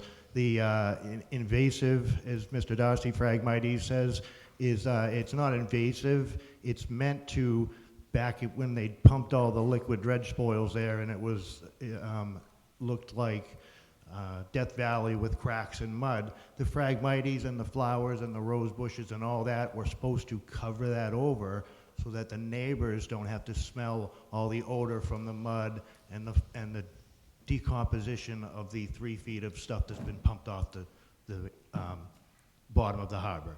So to say the Phragmites are, an invasive, no, those are ground cover. Those are meant to keep that mud from stinking and making the neighborhood worse than it is. Secondly, that ground cover is also habitat for many species. Everyone in Brant Rock hears the coyotes at 11 o'clock at night howling. They're not howling from the sewage treatment plant, and they're not howling from the Venus, unless it's 11 o'clock at night. All right. Secondly, I know that in pest control, we've had a massive increase in rodent activity every time the Phragmites is cut down. If you cut down habitat and then you do not take care of the problem in the habitat, they leave and they go to other people's houses. Rodents carry bubonic plague. The first time bubonic plague starts in Brant Rock, we're all going to point to you and say, why did you cut down all this stuff? We asked you not to. You don't need to cut it down. It's fine as it is. Thirdly, there's been 3 sightings of an eastern bobcat in Brant Rock. Okay? I know it's been seen. I know people have reported it. An eastern bobcat is protected species inside the DSA. So that being said, I don't know why it has to be cut down all the time. I don't know why it has to be touched all the time. It needs to be left alone. The natural habitat needs to take care of it as it is, clean up the rodents, let the hawks land, let the coyotes stay where they are, and let the animals come back. Stop messing with the neighborhood. Thank you. Next speaker at the back. It's late, please. Go ahead. Robert Tice, Webster Street. I'm the president of the Marshfield Commercial Fishermen's Association, and this site is right across the street from the harbor. And many of our members, we have like 60 members, and we support this article. Okay, thank you. You. I take people in order, just so I write That's them down fine. as people I step totally up to the mic, understand. so No you understand worries. what goes on. Yes, Martin. Grant. Martin Clary, Ellis Avenue, Marshfield.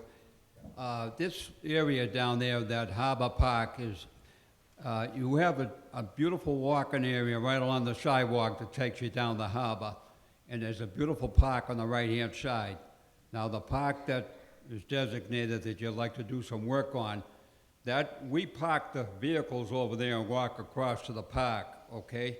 And it's been terrific there because they've finished it off every around May or so forth for the summer coming in. I don't think anything should be touched in this park. And also, there's room if you have to expand. that sewer plant a little bit more from where it is. You have that area to work on, but I'd say leave it alone. It's a beautiful area, and on a beautiful sunny day, you can take a lunch down there and you can have one heck of a good time at lunch and a good chat with people. I say leave it alone. Thank you. Okay. Mr. Moderator, can I Right. respond to the Pardon me? two comments if they're not a question? Who is, oh, I'm sorry. Yes, thank you. I just wanted to confirm that when we hear from the engineers at the DPW about the future time when the wastewater treatment plant will need to be expanded, this is where it's going. So anything that's built there would be deconstructed. Okay, thank you. Right microphone. Thank you. Madeline Daly, 5 MacArthur Lane. So I'm confused why we're going back in here. I mean, hasn't the state already said in a letter to Marshfield that nothing is to be touched in there, including putting any additional dredge spoils or anything? And I didn't clearly understand the previous speaker. He kind of mumbled. So I did get the Phragmites thing from him, but I mean, I grew up in Ireland, and I lived on the shoreline, and we had flooding all the time. And then they brought in the Phragmites and built it all along the coastline, and our flooding stopped because it was able to absorb, the Phragmites was absorbing the water as opposed for it to come up the road and flood the road. And when I go home now, it's all over the place, and it's beautiful to look at, and it does have a purpose. So, I mean, again, like I said, I didn't understand the previous speaker at this microphone. I don't know where he got his facts, but I do want to go back to the fact that the state has ruled that area not to be touched. So I do not understand why, you know, it is even a subject. Do you want to address that, or? Town council. So your information is incorrect. The state has told the town to come up with a future reuse plan for this, for a portion of this area. And When did they do that? I don't have the date of the letter, but the Board of Public Works has it. Rod, do you know what the date of the letter is?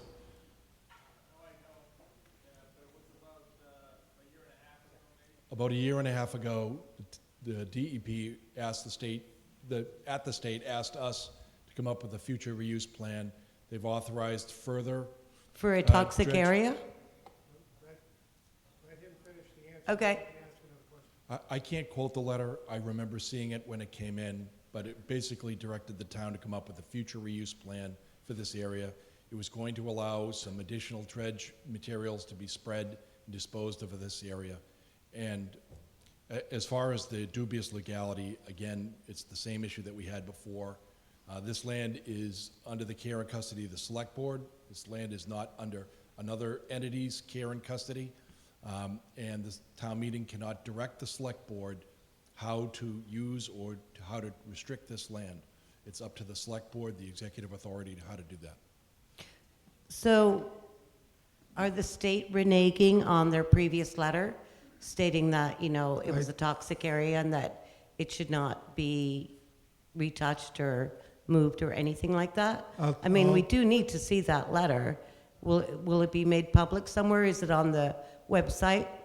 I do understand the website's not adequately updated, but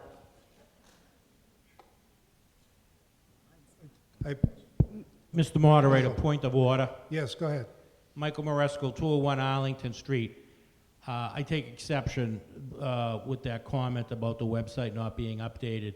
In fact, I would encourage anyone that's sitting here tonight or listening to go to our website, go to the town meeting box area, because I put all the important information up there, and there's hundreds of pages of information regarding the DSA, and none of the letters say that there's anything toxic there. That stuff has been tested more times. The residents wanted it tested. We had it tested. It's tested before it goes in there. So before people put fear into people I would encourage folks to go and read it for themselves. I'm very confident that every single person here at town meeting capable of reading, look at those hundreds of documents and read those letters. I always get leery when people cut out just a section of a letter that they want folks to take a look at, so thank you. Mr. Moderator, I'll respond? Or no? No. Okay. So, Attorney Galvin says he's seen this letter. It can get posted at some point in time, but the letter exists. Rod Procaccino has seen it. He's from the DPW. He says it exists. That's good enough for me to say it exists. All right, well, my parents used to tell me Santa Claus existed too. But, he didn't. But, I mean, we're saying don't scare people, but that's what the town hall does to the people here.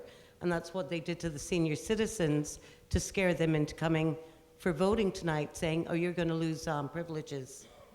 So, I'm not trying to scare anyone. That has nothing to do with this article, so I don't know what you're... Well, it was saying that I was trying to scare people. And you're out of time. Okay, fine. No Okay. worries. Mr. Lynch. Steve Lynch, 50 Central Street. So I think we need to do a little fact checking here. We better call CNN right away. So to start off with, material that's too contaminated to go to sea to the dredge site off of Wellfleet and Gloucester goes into the DSA. That's why you put it in there. So, I don't know where these tests you have, they test 4 feet down instead of testing where it would drain down, filter down to a lower level. And secondly, so I agree with all the conservation issues that have been brought up here, why we should not develop the DSA. But I live there, so I have some other issues. We have unbelievable congestion down there, especially in the summer. We have so many user groups that use the town pier, it's ridiculous. And now we have user groups that use Harbor Park. So to develop that site to make Brant Rock Town Pier a destination location is a real problem for me. We don't need to add more people into the mix down there. We have plenty that go there now. And so I think this is a good article. We should vote it. If they're not going to abide by it, then we should make it a zoning article next year and vote it in as a zoning article. Thank you. Okay. Bert O'Donnell, 90 Summer Street. I'm a member of the Conservation Commission, but I'm only speaking for myself. I'm not sure of the best use for this area, but I'd like to point out that I've heard some really dubious science brought up as far as the contamination of dredge spoils. I think Mr. Maresco addressed it correctly, that all the studies have found no contamination there, no toxicity. As far as those dredge spoils can't go out to sea, that's generally because it's the fineness of the sediment. There's rules about that, and that's why it has to be disposed ashore. Also, the argument about Phragmites, there's a lot of information out there. I think the final truth remains to be found out. I think there's a lot of places that it's just fine to clear Phragmites, and it isn't invasive. It takes over areas horribly. As far as whether or not that wants to be left as a natural area or used for some other use, I leave that to the town, but I really wanted to correct a few of these statements as far as the nature aspect of it. Thank you. Okay. Larry Keene, 195 Cornhill Lane. For starters, the pier is an absolute fantastic asset to this town, but this has been a issue for a couple of years now. They wanted to turn it into a park lot a few years back. There were pros and cons to that on both sides. I think passing this article will just bring it to the selectmen as something that needs to be addressed. As been pointed out by the moderator and town council, it's not forcing the selectmen to do anything, it's just bringing it to the table to them that it needs to be addressed. Thank you. Okay. We've just told, just so everybody knows, it's 10:35, and apparently the lights go off at 11. So we got 3 people at the mics. You guys can speak, and then we'll go to a vote. Sure, go ahead. You go for it. I'm Pam Prista, 60 Central Street. I live in the area. We can't hear you. Pam Prista, 60 Central Street. I live in the area, and I drive by there several times a day. And when the Phragmites were cut, it was way worse. The flooding was worse. The animals were running through our yards, and we live down there. And people make decisions that impact our daily lives, and they don't have an appreciation for something that when they just mow down the Phragmites, they didn't take them with them. They left them to make them come back thicker, and they're cutting them down at the wrong time of year. If they're cutting them back to thin them, I think it's supposed to be, what, Diane, July or something? Or there are certain times they're supposed to cut them. There's and very they're not. specific guidelines for, oh, sorry, Mr. Moderator, very specific guidelines for controlling Phragmites. And the reports are on the Conservation Commission page and on the DSA page, and none of the recommended steps have been followed. So I would recommend Conservation read their information. And it's a congested area. You know, in the summer, I have to sit for a while to get over the bridge and get up to my house because there's tons of boats, and he wants more parking for out-of-town boat trailers. There's no space there. It's just, we're hoping that people will just let it go and let it be DSA protected wetlands, which is what it's supposed to be. And so, thank you. Okay. Perfect. My name is Mary Murphy. I'm at 252 Ocean Street. I am here for a couple of reasons. One, about the Phragmites. I know neighbors that have actually been fined for cutting down their Phragmites in the back of their yard. So it's kind of interesting that the town can do it without, I guess, just do it. The second point that I wanted to make is that I actually, as the person that brought the letter from the DEP from 2004, that actually mentioned that the town at that point in time, and I don't know if, Mike, you were in town hall at that point, but the town and the state had a meeting, and they determined, and they actually, in that letter, they called the material toxic. They talked about capping. And when I've gone back and I've asked, there's not really that much tracking, and the capping hasn't been kept. But yet the harbor master, who I agree, you know, there has been some great improvements down at the harbor, but we're about safety, our neighbors. You know, we don't want a parking lot. And we came to town meeting the last time, and we voted a parking lot down as no. But yet our select board, and in particular Mr. Steve Darcy, stood up here and talked about his friend, and actually has been on tape multiple times talking about his friend, the harbor master, and how much he supports him, no matter what.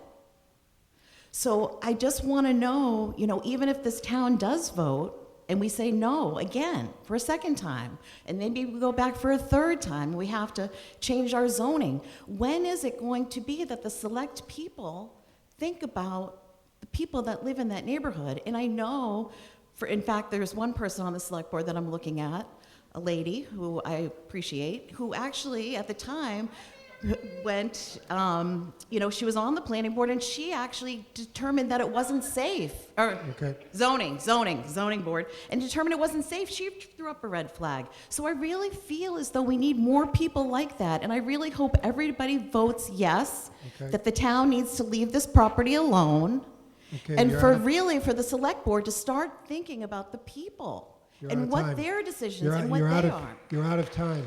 I'm sorry. Last speaker. Katie Gensheimer, Tupelo Road.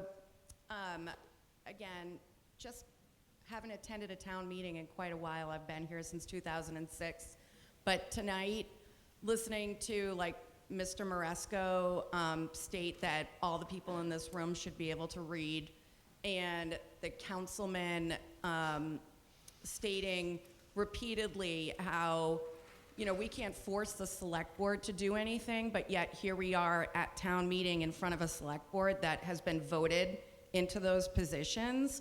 It's insulting. While he also, the councilman, also gave his biased opinion of how he was voting on the MBTA thing, which to me, in legal speak, is pretty leading and biased. So it's been really informal, I mean, really formative for me tonight to listen and to understand what's going on with the politics in town. and to make sure that my voice is heard when we do vote for different board members in this town.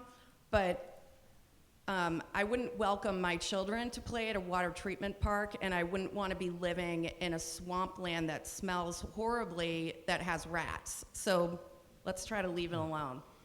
One point that you had made earlier about why are we voting on something that's of dubious legality, these are citizens' petitions. Diane went out and got signatures. She created her own article. She submitted the article. It's, when you do a citizen's petition, you're not